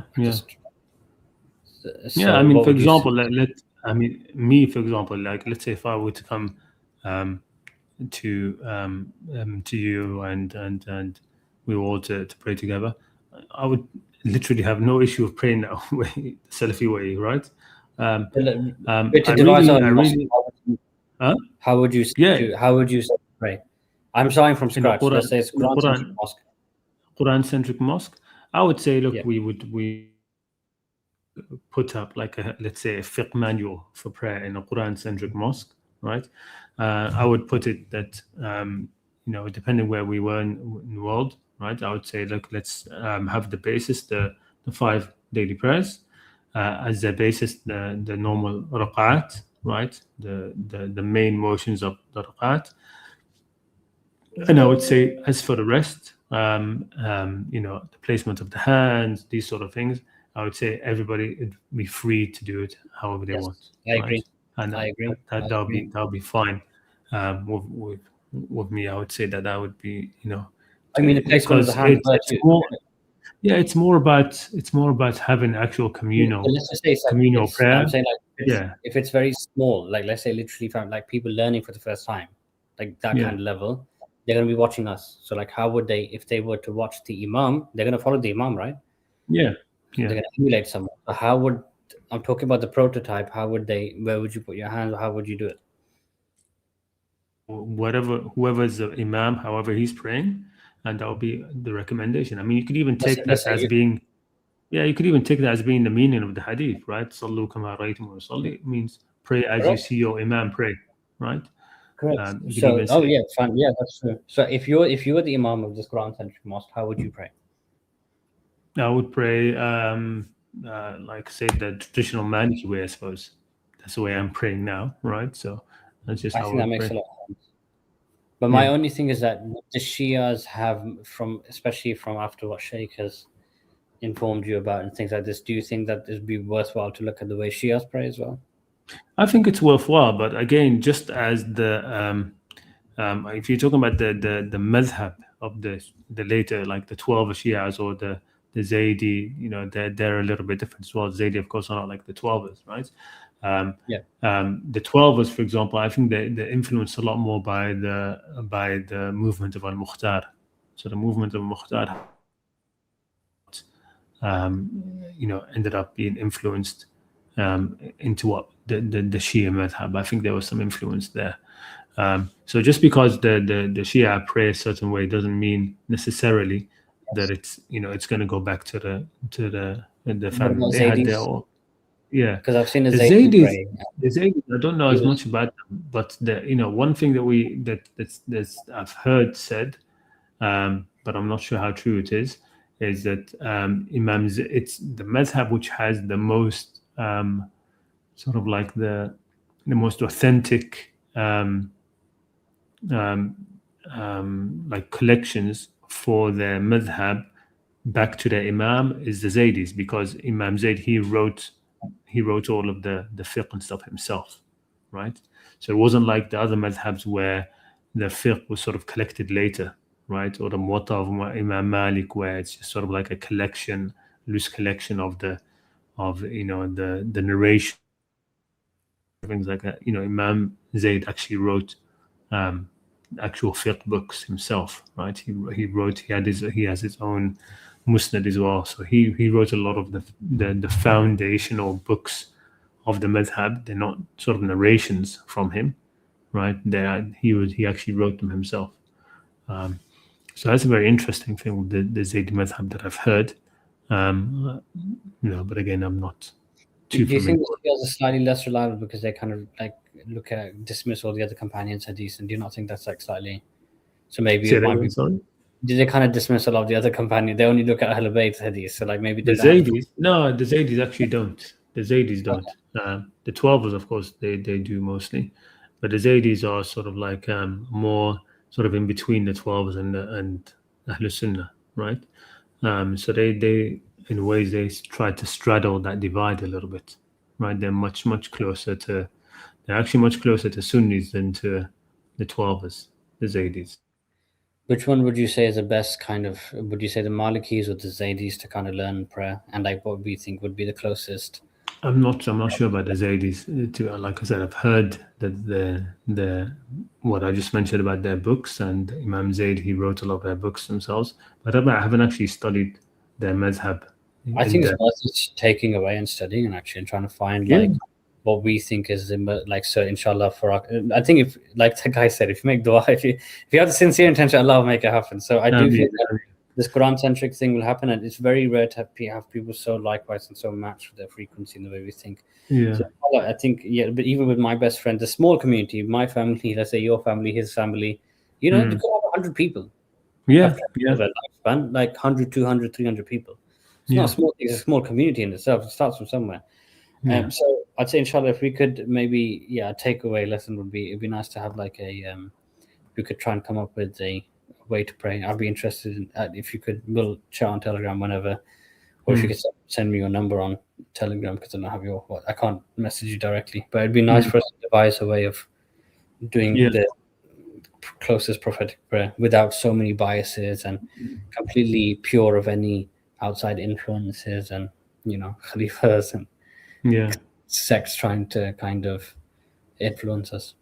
Yeah. We could definitely give it a go. I mean, I've never actually tried to be honest, because again, I haven't really, you know, it hasn't struck me as something which would, you know, be that important. But yes, definitely, if we were going to have like a mosque, it would be good to have like a sort of synchronized way of salah. Yeah, about that. I don't even. I think even praying in English is fine as well. I don't know what your view on that. Yeah. I have no issue with that as well. Yeah. There's no issue with that. Yeah. All right. Okay. Would you recommend that we pray in English as well? Last question. Do you recommend we pray in English in the language that you feel comfortable in, so you can actually concentrate proper? And because I don't feel much khushu when I do in Arabic, although I can understand. But I feel this is what you mentioned earlier, and we'll close on this point, is that I've got no spirituality in my namaz, in my salah. I'm just parrot fashion. I'm just, even my wife, she's Christian. She watched me, and she kind of said that in her people in Africa, they do that kind of thing, where they do the Christians pray very similar to us, what you mentioned before. But she said, you just do rituals, and it's quite interesting when a fresh person's eyes look at you, and they kind of they do like the fact that you can't stop anywhere and just pray if like the time is there. They like that aspect, because you just stop everything and you just devote yourself to God. But at the same time, that kind of, it's true, it comes across very parrot-like, devoid of any spirituality and connection. So would you recommend that if you want to pray and you have time and you can devote yourself properly, you pray, you connect with God, and then you do that way, not in a rush, not in the thing about it is, I don't even, the language of course is important, but I think people and so much like praying in English can help. It can also sometimes, I think, be even a hindrance, right? For sometimes, because the point of the prayer is not really to focus on as much on what you're saying so much. It's really supposed to be a vehicle of dhikr, right?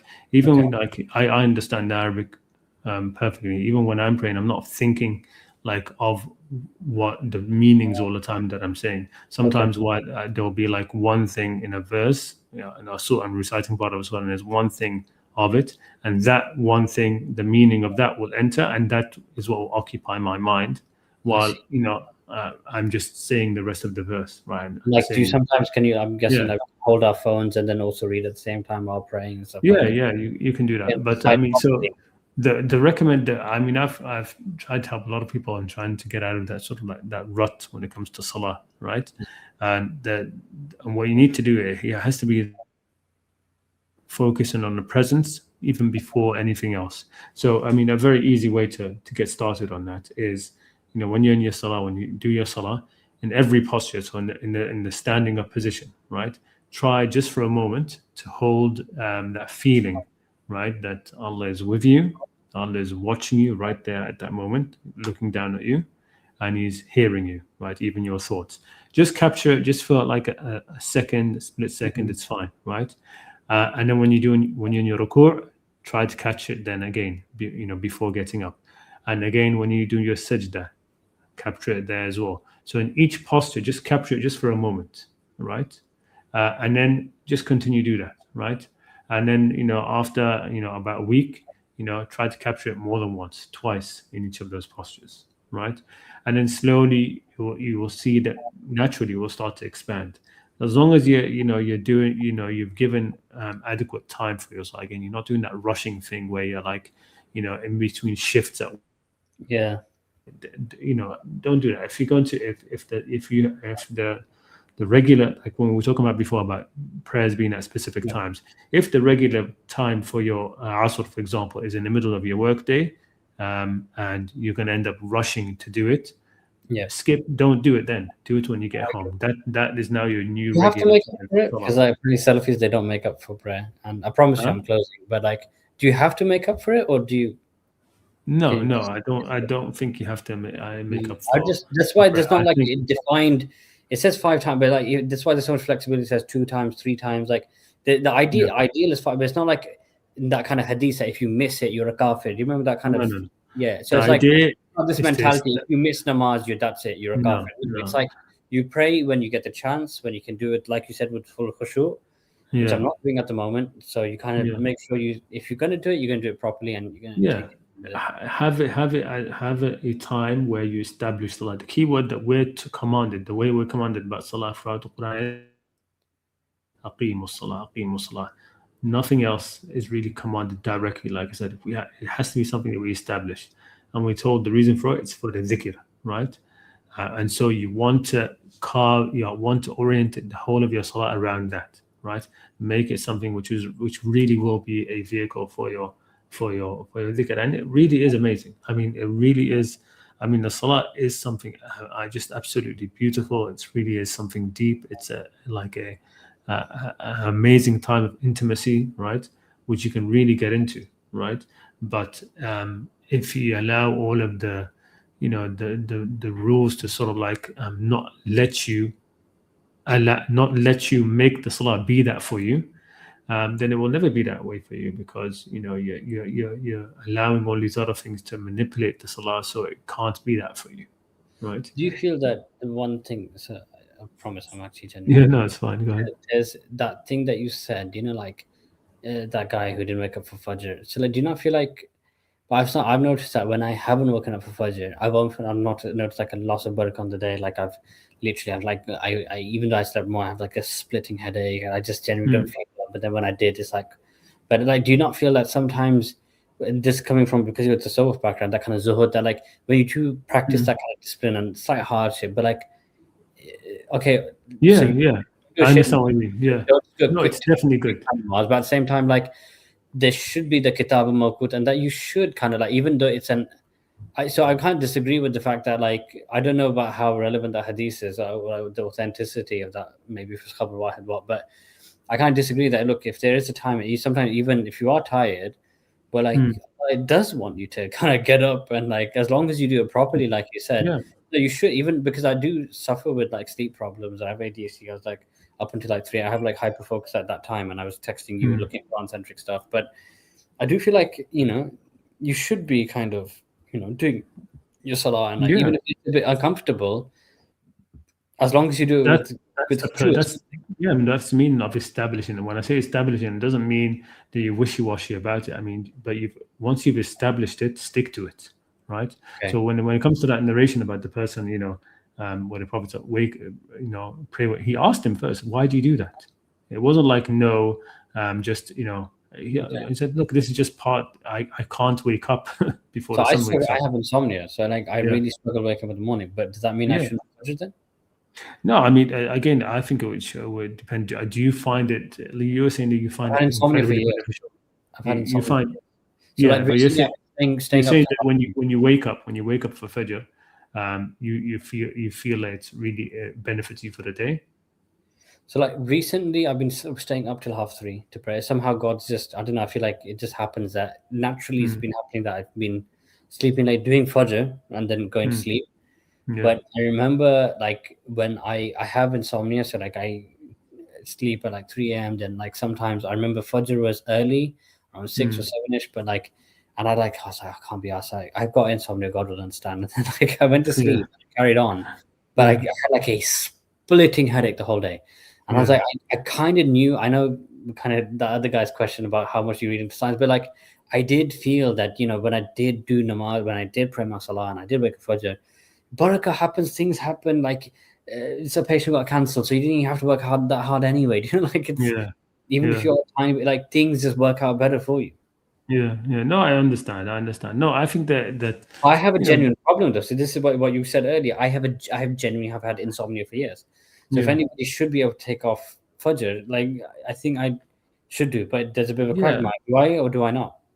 I personally, if I was in your position, no, I would delay. I would like set up a different time for that salah, right? It would be like when it's much more comfortable. Like it should not be that much of a struggle, right? ما جعل الله عليكم في الدين من حرج. There should be no haraj in the where it's this constant struggle of. But do you have to make it that time, or can you just carry on with Zohar? You probably don't necessarily need to do that. You know what I mean?